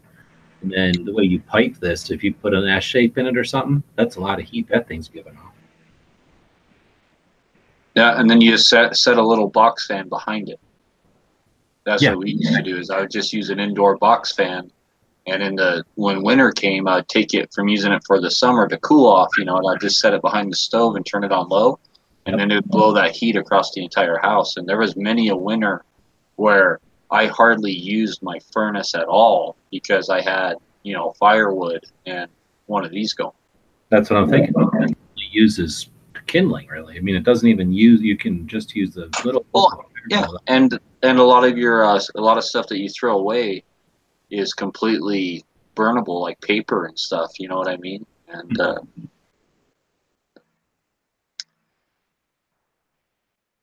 Yeah, it finally gives junk mail a purpose. Yeah, seriously. And then that top there looks like it's enough to put, you know, a little thing of water or whatever and get it hot. oh yeah, definitely cook on top of it.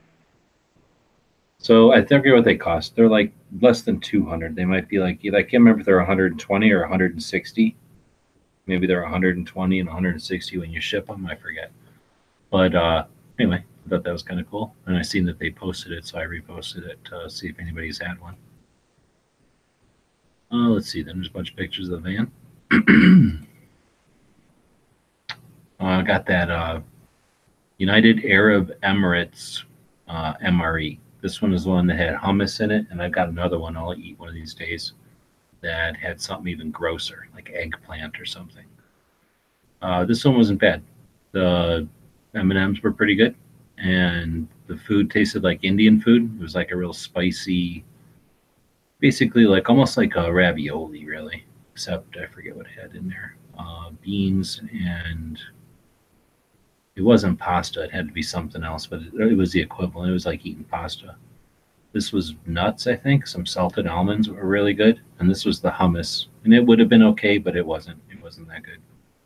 According to the dude at Hans, they contracted these for the United Arab Emirates Royal Guard, and it would have been like their food for, you know, long-term preparedness type of storage, and they passed on it. They did not want them, and I'm thinking I can understand why. This was really good. This bar thing was okay, and then there was a thing of figs, which was gross, and then there was this hummus, which was not good. So I could see them saying no, especially if they're used to eating fancy shit all the time. Anyway, it was kind of neat. I saw those when I was there at SHOT Show, and I didn't buy them. I was kicking myself ever since because I really wanted to try the MRE hummus. This was driving through Montana, waking up in maybe North Dakota, Montana, basically at the border there, and I can't remember which town, getting gas, and then driving 3-something hours, kind of south and a little bit west in Montana, from middle of nowhere border of North Dakota down to Billings.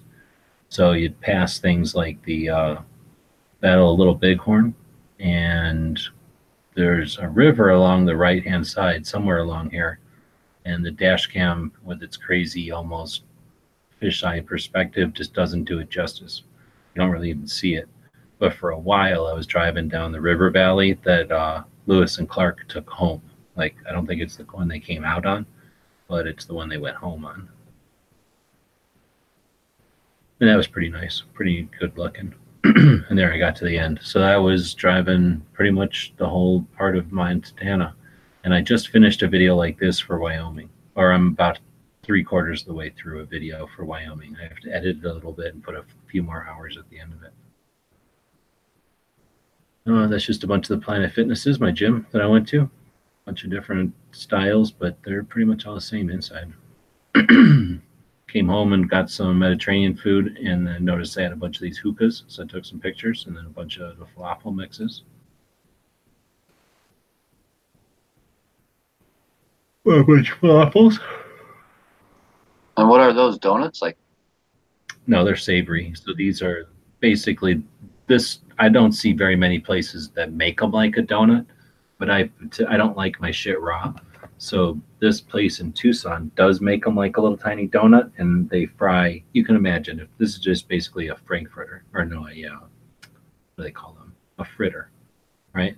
A hush puppy. So if they put a hole in the middle, it cooks way better than if there's just not a hole in the middle, and then it kind of doughy in the middle. So I like them to be cooked, and the way that they cook them here are good. It's almost like cornbread, but saltier and like with more herbs in it, like onions and green kind of herbs. They taste a little more herbier than a cornbread, but they're kind of like a mix between a cornbread and a hush puppy. And they're batter, and they're just dropped into oil like a donut would be.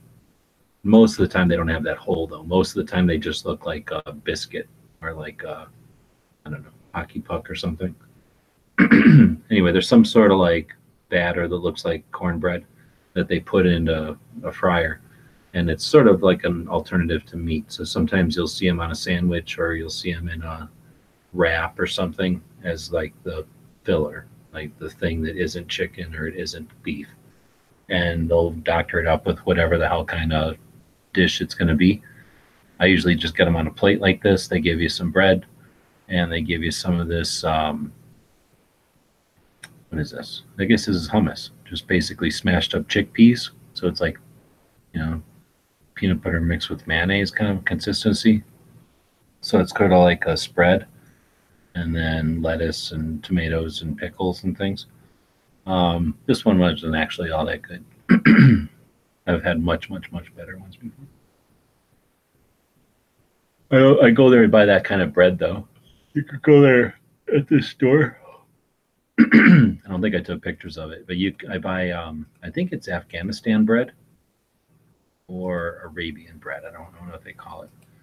It's not a pita bread, and it's not a tortilla, but it's the best parts of a tortilla, and it's the best parts of a piece of pita bread mixed together.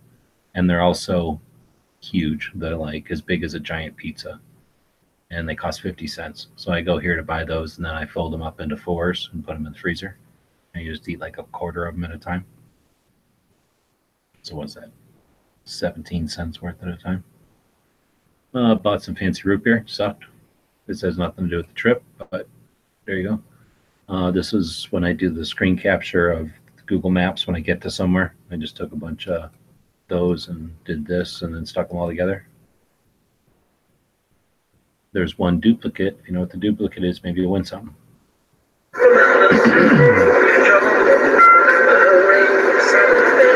Posted a picture of this guy. He was like being a dick. He was like right behind me for many, many miles of curvy road where the speed limit was like 65.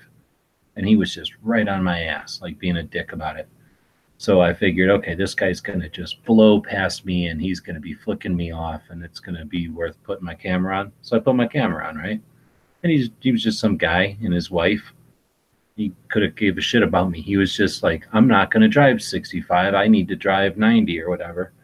So he blew past me, but like almost no reaction other than to, finally, he didn't even show relief or nothing. He was just like, blew right past me. Anyway, I don't know if you guys ever encounter that, or if you guys drive at the speed of traffic so people don't crouch up on you like that, but driving at the speed limit, I'm used to people coming up on my butt and expecting me to go faster. You guys ever deal with that? Happens to me all the time, especially when I'm driving around the highways in Vegas. When I get tailgated, like, and I mean like actual tailgated, if someone's really right in my ass, I slow down, and the closer they get, the more I slow down. Then, and they either go around me, or then they're like, "Whoa, I'm gonna back off," and when they back off, I speed up. you know. I do too, because what else are you gonna do? Otherwise, they're gonna hit you or something, or like you're gonna brake, and then they're gonna fucking be too close. Yeah, that's what I'm saying. I've been in too many car accidents to, go through that shit anymore. So I just slow down. I've literally slowed down on a 25 mile an hour road. I've slowed down to 5 miles an hour before, just because people tailgated me. I'm like, dude, the speed limit's 25. I'm going the speed limit. Chill out. But they get mad for you doing the speed limit. That's the part I don't get. Like, yeah, if I was doing 20 under the speed limit, I could see you getting mad. But I'm going the speed limit, and people will flip out on you for just doing the speed limit. I don't like that. Well, in Utah, definitely. Utah's horrible. Yep. Worst drivers in America. I'll definitely say that. So I've been to places where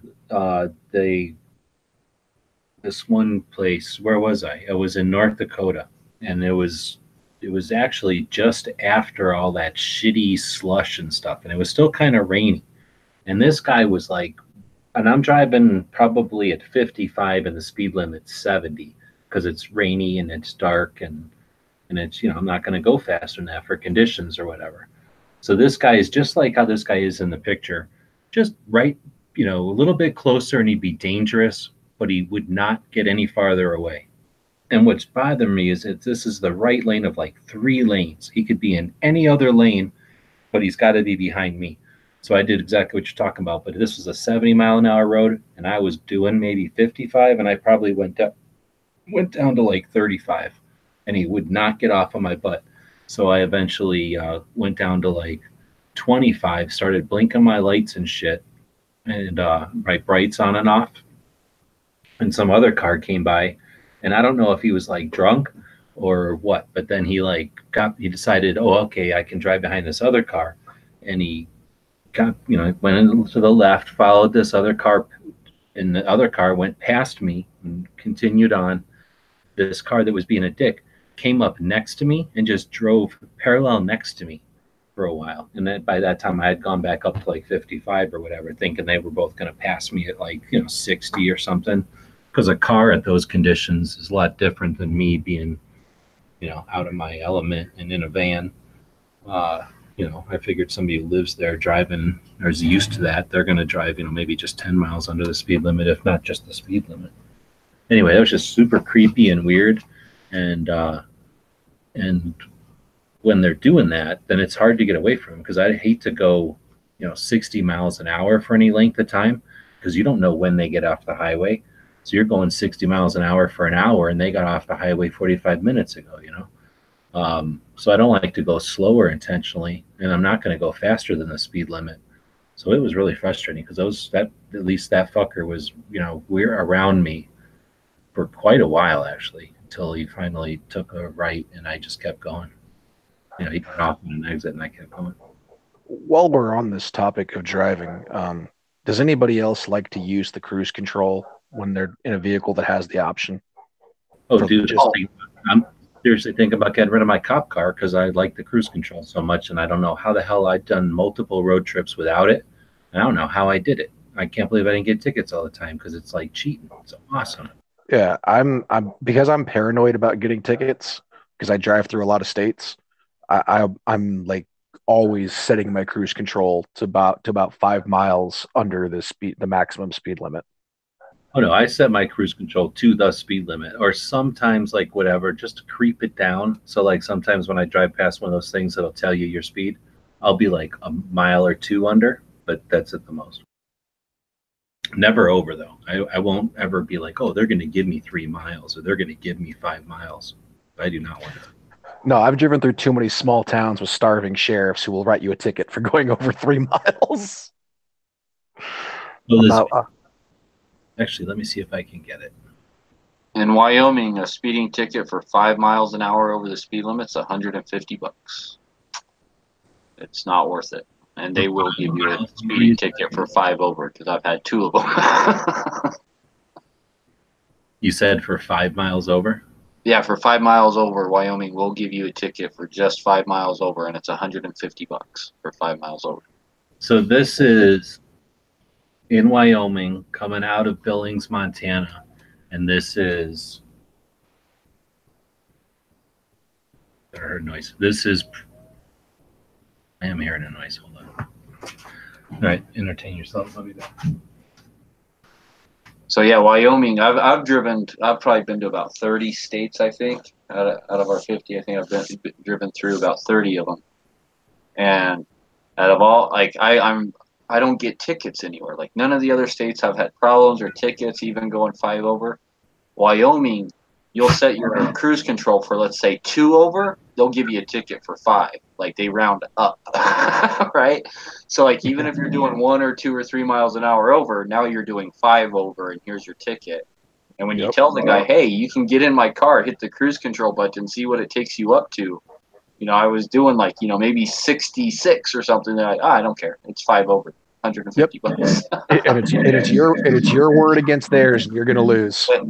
But here's the kicker, because I have friends and family that live up there. If you have Wyoming license plates, you can drive 5 over all the time. It's just out of state license plates. Dude, they do this. They do the same thing driving from Bakersfield out of California coming into Nevada. They see you going any little bit over the speed limit, they'll hit you. And usually I travel not only with the dog, but I usually travel with firearms and stuff. So I don't even like messing with it. The last thing I need is especially if I'm in a non-gun friendly state, to have any reason to pull me over and tear my stuff up. Well, yeah, the one question I don't want to be asked is, do you have any weapons in the car, sir? Like, I don't want to be asked that, because I know as soon as I say yes, it's like, all right, let's see them. Like, oh man. Well, and in some places I know that the moment I hand them my IDs and everything, because I just give them, I have a thing I wear around my neck where I just hand over my IDs, and it's got all of my credentials in it. So it's like, yep, I'm armed. That's one thing about Utah I like now is now that we have sort of a constitutional carry in our vehicles now. And so now, like, all my police friends and all stuff, that they just tell me that they assume every single car that they pull over has a gun in it, and they don't even ask anymore. Like, they don't ask at all. That's what it's like. Rarely ask anymore. Okay, so this is, I was saying, like, fast forwarding through Wyoming, and this is driving down to Cody, and you come through the little lowlands or whatever, and I noticed a range. So this is like a half a mile out to the range. This is the signs to get in, and I think it's closed. There's only certain days that it's open to the public. I happened to be there on that day, so I drove in a little bit, and you can see it's pretty elaborate. This is I'm thinking cowboy action and horseback type of ranges, and then now I'm looking back east and to the shotgun ranges in front of me, and then the rifle and whatever probably to the left of me there. And this is my dash cam, so it can't look to the left, but there's a bunch of people shooting to the north to my left here, up into the hills. Then I drive back over. There's a really elaborate shotgun area over here, and then a place for campers and stuff, and probably somebody watching the place. And then I get back on that road, back out to the main road, and then back down south to Cody. So this is driving up to I got a picture of that mural. Then this is the old Dug Up Gun Museum. And then this is the shitty Cody Museum. And then this is the Cody Firearms Experience I just parked at there. Then a couple of shitty gun shops.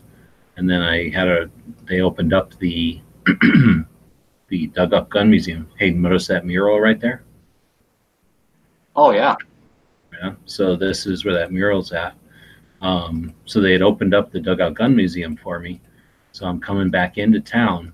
And it's tough when it's going this fast. Come back into town to check out a couple of the other gun shops before the Dug Up Gun Museum told me I could come back.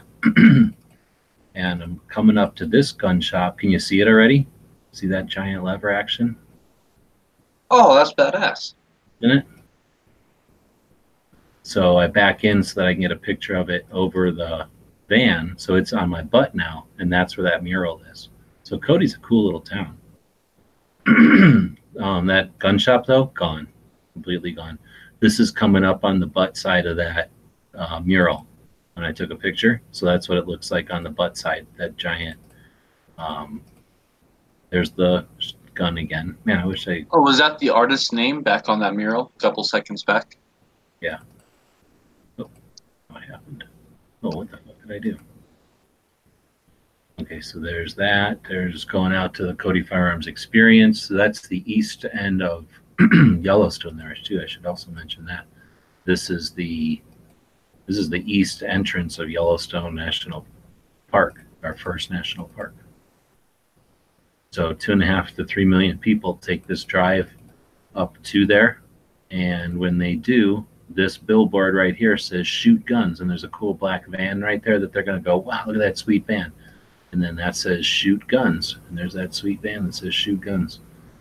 So then I pulled in there, hung out them for a bit, come back into town, take that right. There's that lever action cool gun. Oh, yeah, look at that. Got a great picture of it. Anyway, this was that gun shop, empty, completely abandoned. Sucks. So there's this giant lever action rifle just sitting on top of a building. I don't know what's going to happen to it. So I see that mural, and I'm like, well, I'm going to go drive up behind that mural. Boom. So that's what I was trying to get to. Boom. So it's basically a giant shootout. You're looking at this guy's butt, and that guy's down the street. That truck wasn't there. That looked cool ass. And then there was a signature to it, but I don't know if you're gonna. Yeah, I saw it back like a ways back. Like it was in there. It was bread or something. But what is that rifle on top of that building made of wood or like what is it up there? Dude, it really, really looks like a gun. It's pipe or something. I mean, it's big, so it has to be bigger than. I mean, it's a big ass piece of pipe, but it's wood and it's metal, and yeah, it's neat. It doesn't look like a piece of shitty plaster Paris. It might be fiberglass, I guess. Oh yeah, Brian Timberlake. He's Justin Timberlake's brother. There it is again. So there's that rifle. And this is just across the street. So Dugout Gun Museum is this building right here. So I'm going to drive up and try to find a fucking parking space and eventually park down the street there. And now I'm leaving. But is it called the Dug Up Gun Museum because they found like a bunch of because I know a lot of people find old guns out in the desert and stuff but yeah. Did they find like a cache of guns that they dug up or somewhere or something? And is that how they first got started or? Oh no, it's just the guy's collection. He's been collecting for 30 years, and is a species of holly used to make tea beverage. Okay, thanks, Gary. Gary jumped out. He was really talking so much. It's good that he left so somebody else get a word in. So he's just a collector, and he's been collecting them for a while. So he put them on display, and it's free. So anybody can go in there and check them out. And yeah, they're just guns that he's found at gun shows and antique shops, and bought them at various places. And most of them, he said, come up when people are farming usually. So they'll just find them. They start plowing a field or something, and hey, found a gun. So once in a while out of a lake or something. So this is me leaving. Oh no, this is me going back to the. Here, let me go back because I tried to do like a change in speed. I don't know how well it came out.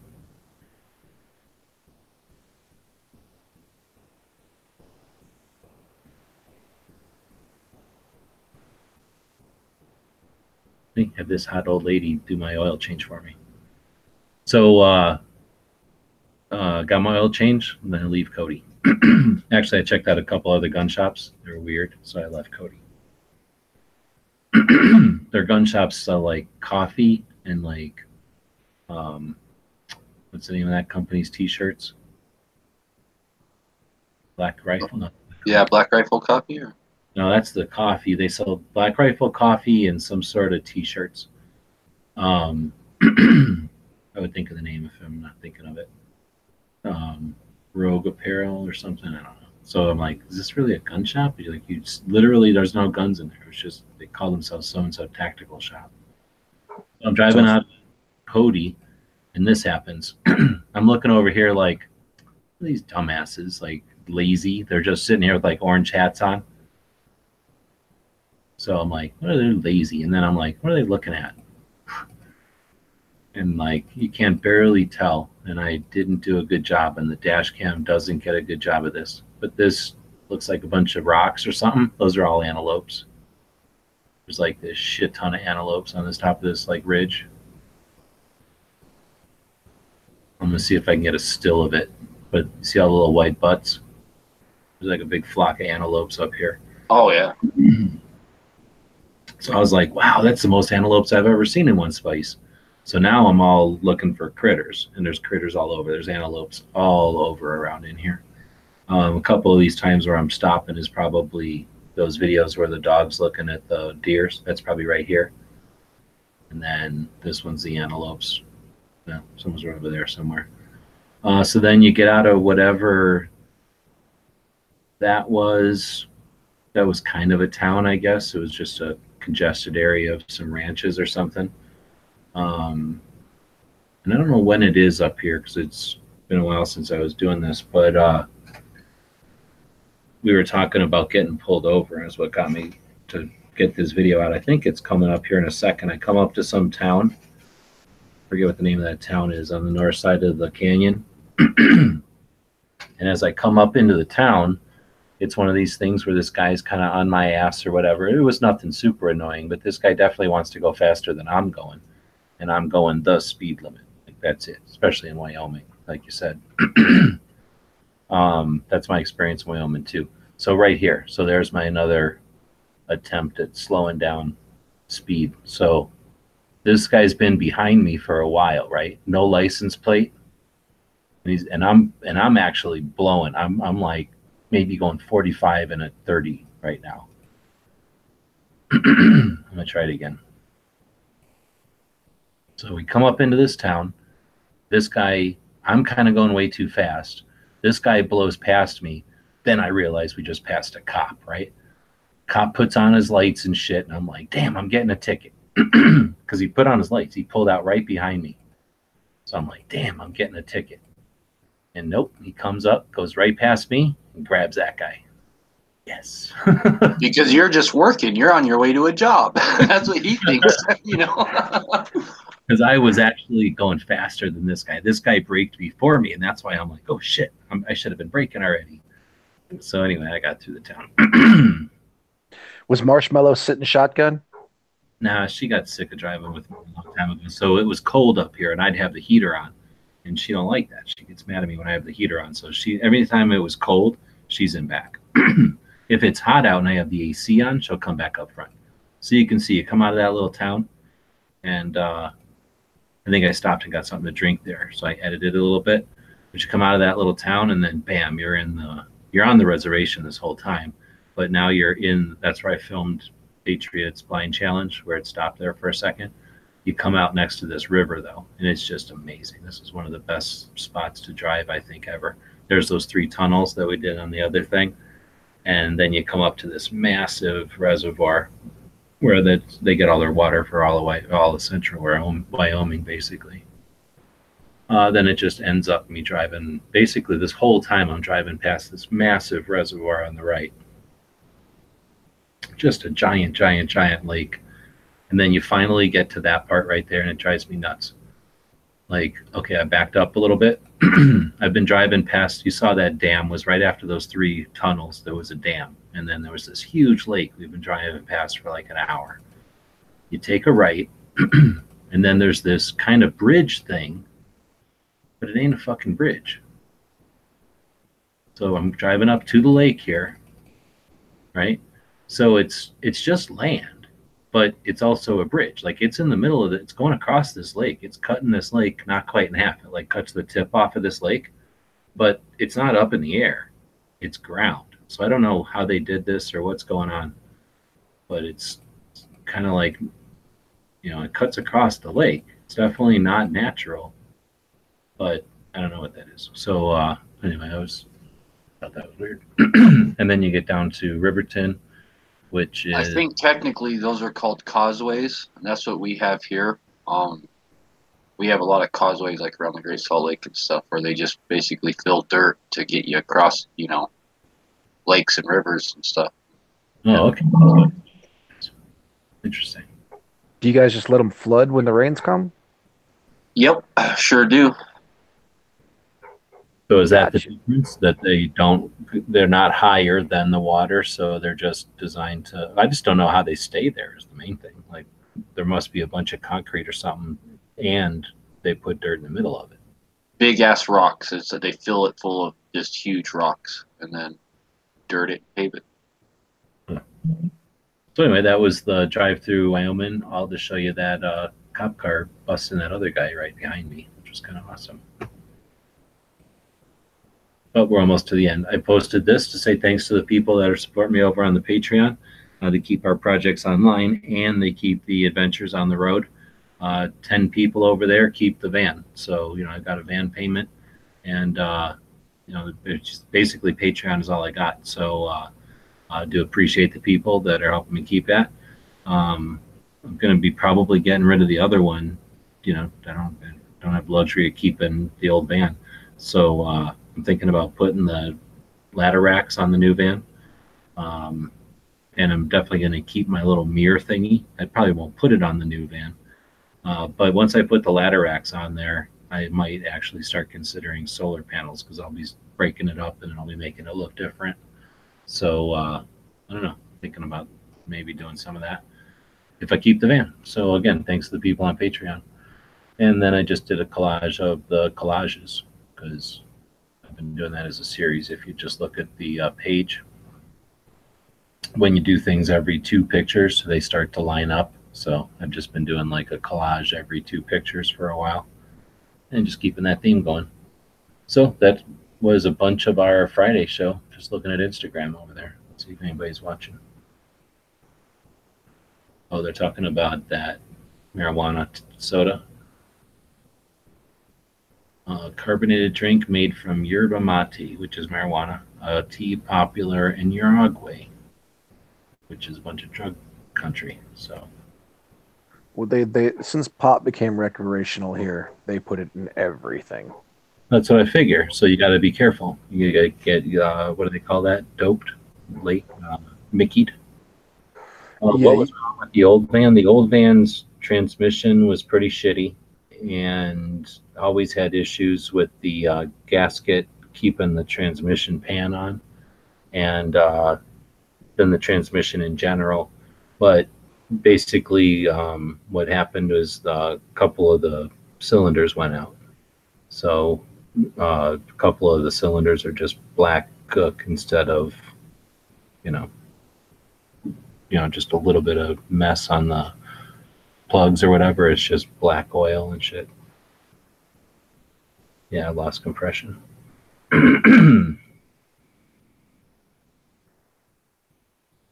there's more than that. I mean, even if the van was able to move around, it needed like all door gaskets, and once you got new door gaskets, you find out which doors are actually just so bent, like the doors need to be rebent. I don't know. I'm assuming you can rebend a door back into shape, but it'd be 2x4. open and closed so many times they are just all beat up. And it was just, it'd be a great old van to like just have as like every once in a while on a weekend you take it fishing or something. Or I was thinking, if I had the money to just get it running physically, use that as my pickup truck. Just, leave it gross, because it's all gross from just being it was like the school's plumbing van or something. So it was, dirty tools and, dirty equipment and shit got put in there. So it was pretty beat up and a lot of heavy stuff. So it's all dented. So I was just going to leave that be my pickup truck type of van, because the new one is, I could still put stuff in it, but I wouldn't want to put like garbage and shit in it. It's, it's nicer than a pickup truck. It's not a camper, but it's not a utility van anymore either. So anyway, I was thinking about doing that, or just souping it up into some kind of cool 70s van, 80s van, I guess. But there's just not quite enough. There's not enough interest at all really in the van stuff. and I'm not gonna, I'm just not a van person where I'm gonna get that into the van stuff. The van people are either mountain climbers and surfers and mountain bikers, or else they're closer to being bikers or something, and I'm none of that. So it'll probably just get smashed, I guess. I've had a lot of people from Japan looking at it lately. Whenever I posted that last picture saying how it was, I can get $125 for it. A bunch of people from Japan have been sharing that. Yeah, I think if you found a way to get it to the scrapyard yourself, a rope in a buddy's truck or something, you could probably get about $400, $350, $400 if you took it directly to the scrapper. Oh, you think there's a big difference in towing? What's that? You think there's that big a difference in towing? Well, no, they're making money off you. They're not only covering their cost of towing and everything, but they're trying to make money off of scrapping it too. So, but if you take it, because like a smaller car here that only weighs half as much as your van will bring $250 at the scrapper here. And I'm just talking a small little Honda or something. So your van, I mean, that's got to be like $400 or more if you take it to the scrapper yourself. Well, I'm thinking of a couple of things. One would be to look at I haven't put much time into it because it's not going to be big money, but I've been thinking about just taking pictures of like the little metal thing that goes around the headlights or some internal dashboard stuff and stuff to put on eBay, stuff that'll fit in an envelope or a box, and I can take it off there. Part it out, yeah. Yep. So I was thinking about doing that. And then in addition, once it's like just a shell, because that's, once you start doing that, you're not putting that van back together anymore. It's coming apart and it's just going to get towed. So I was thinking if I was going to tow it, give it to a range so that they could use it for shooting out of or whatever. Because if it's only going to be $125. Now, if you're saying it's $400, if I drag it somewhere, I could part it out, get a lot of the parts, little stuff off of it. As long as it's got 4 wheels and a brakes, I can get it to a junkyard, like you're saying. And then $400, I'm not going to throw away $400. I'll throw away $100 to a range or something, but I don't even know if they want it. And for $400, I guess I could get rid of it for $400. I only paid $5 for it, so I feel a lot more comfortable getting $400. So I guess what? I'll just call around to the scrap yards and say what's a Chevy van worth. Or no, they'll have it by the ton. They'll have you a price by the ton. How do I figure out anyways? Yeah, just tell them, I got a vehicle and what's your, price by the ton right now. And they'll tell you, our price by the ton right now is, $200, or something, or more. How do I know how much they want? Well, some places will actually ask for what year it is, and they'll kind of pull it up and give you an idea of what it's valued at to them for the metal.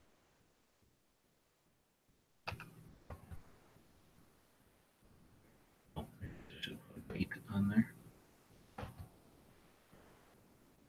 Is your old one the long van or the short one? The old one's not the short one; it's the normal size. It's a normal size. Oh yeah, probably about 4,000 pounds and 2 tons. So.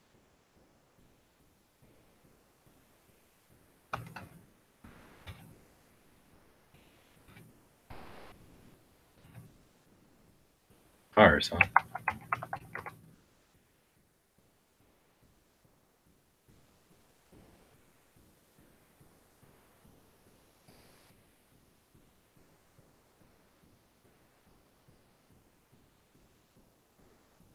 Oh, there's nothing with like a.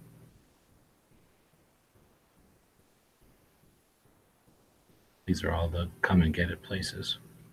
Anyway, so yeah, probably. Are we done with this? Yeah. Probably get rid of that van. Like I say, keep some of the pieces off of it, or sell some of the pieces off of it, and then have a chunk of yard back. Pants is saying put it on eBay. People up north will buy it. That's what I thought. I put it on Craigslist, and I didn't get any what do you call it? I guess interest or replies or whatever.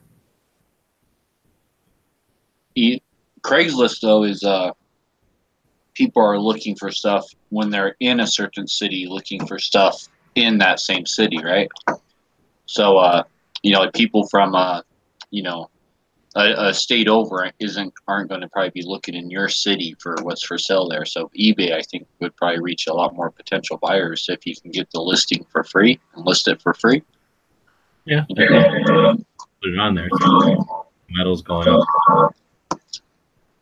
Wicked feedback. It's not like the price of metal's going up and down that fluctuating that fast, right? That it's going to make. No, not steel doesn't. Copper and aluminum does. Aluminum has skyrocketed recently, but yeah. What if you just take pieces off of that van and make AKs out of it, and then it could just be like an 80%er van? Take in pieces of the block and whittle them down into trunnions, and take pieces of the body and bend them into receivers. Take different valves and rods and shit and turn them into pistons. And there goes the YouTube ban for explaining on how to make firearms out of vans. Yeah. Plus, today is like a bad day for that because of all the van hate that's out there. The van's the real victim here. The white van. All right. Well, with that, we've run the show into the ground, so to speak. 20 people watching, 17 thumbs up. Really do appreciate that. Gives us some idea that the people out there are participating in it. Saw quite a few comments on the YouTube side, but tons more on the gun channel side. Thanks everybody for showing up. Even though a bunch of you I can see have green dots didn't jump in for some reason. You're always welcome. And thanks to Dead Horse and Dog and to Gary. Isn't somebody else in here tonight too? I guess not. So thanks to you guys for jumping in, being part of the show. And if you're listening to this in the future on the iTunes, we appreciate it if you were to leave us some kind of a comment there. And leaving the comments is the way that the iTunes system determines who they're going to recommend. So if someone's listening to a gun-related podcast out there and they see a bunch of comments, they're be more likely to suggest it over on that platform. Same thing on YouTube, and that's why we mentioned the 19 thumbs up over there. We've got 20 people watching, 19 thumbs up and 6 thumbs down. That's awesome. That's what's gonna, people are gonna see that and they're gonna go, oh, this isn't just somebody preaching to the choir. This is somebody who's got some controversy. I want to figure out what's going on that show. So we appreciate those 6 people out there that thumb it down. You might not like what we're putting out, but having 6 people out there that are willing to give us their opinions, like I say, that's an indication to all the other people who've never seen this show before. They're going to say, wow, 19 people liked that show, but 6 different people didn't like that show. I'm going to go figure out what's going on at that show. So you might as well put a magnet on there, because what you're doing is you're bringing people to the show. So we really do appreciate that. Dead Horse, you guys doing anything over the weekend? Yeah, on Sunday I will be. Tomorrow I'm going to be busy working from 8 in the morning till probably 8 at night. So tomorrow my day's pretty booked with work, but I'll be listening to any shows going on tomorrow and stuff. But Sunday, yeah, we'll have our reloading chat and an all-day show on Sunday. Yeah, I figured with as far along as your room's going, you must be chomping at the bit to start doing shows from in there. Oh, hell yeah. Like I'm really close now. Again, see Hosh out there. He just did his ham radio crash course tonight, where he takes people through learning about ham radios, what you can do with them, getting the various certifications or whatever we call them, licenses, I guess. And Pink is out there. Hopefully he's having fun with putting together his new rifle. And I guess with that, whoa, and then Dog's in here. So actually, hopefully you're not needing to jump right off, because I wanted to bend your ear a little bit more about the book. But why don't you tell people about your book again? Yeah, I currently have a book for sale called Pound for Pound: Building Healthy Athletic Dogs. And if you're interested in, a little bit of dog history and information on how to, possibly improve your dog's life, health, and your relationship with your dog, as well as maybe stepping into the dog athletic world, I strongly recommend it. It's currently for sale on Amazon for $9.99, or you can buy the digital copy for $6.99. Or if you want, I still have a couple of the books that I'm ready to send out with signatures. If you want a signed copy of the book, please feel free to message me at muscledogmafia@gmail.com.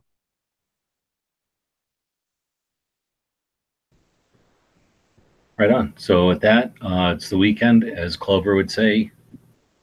Go enjoy your weekend. As Ghost would say, go out to the range and shoot stuff. And I don't know, as other people would say, other stuff.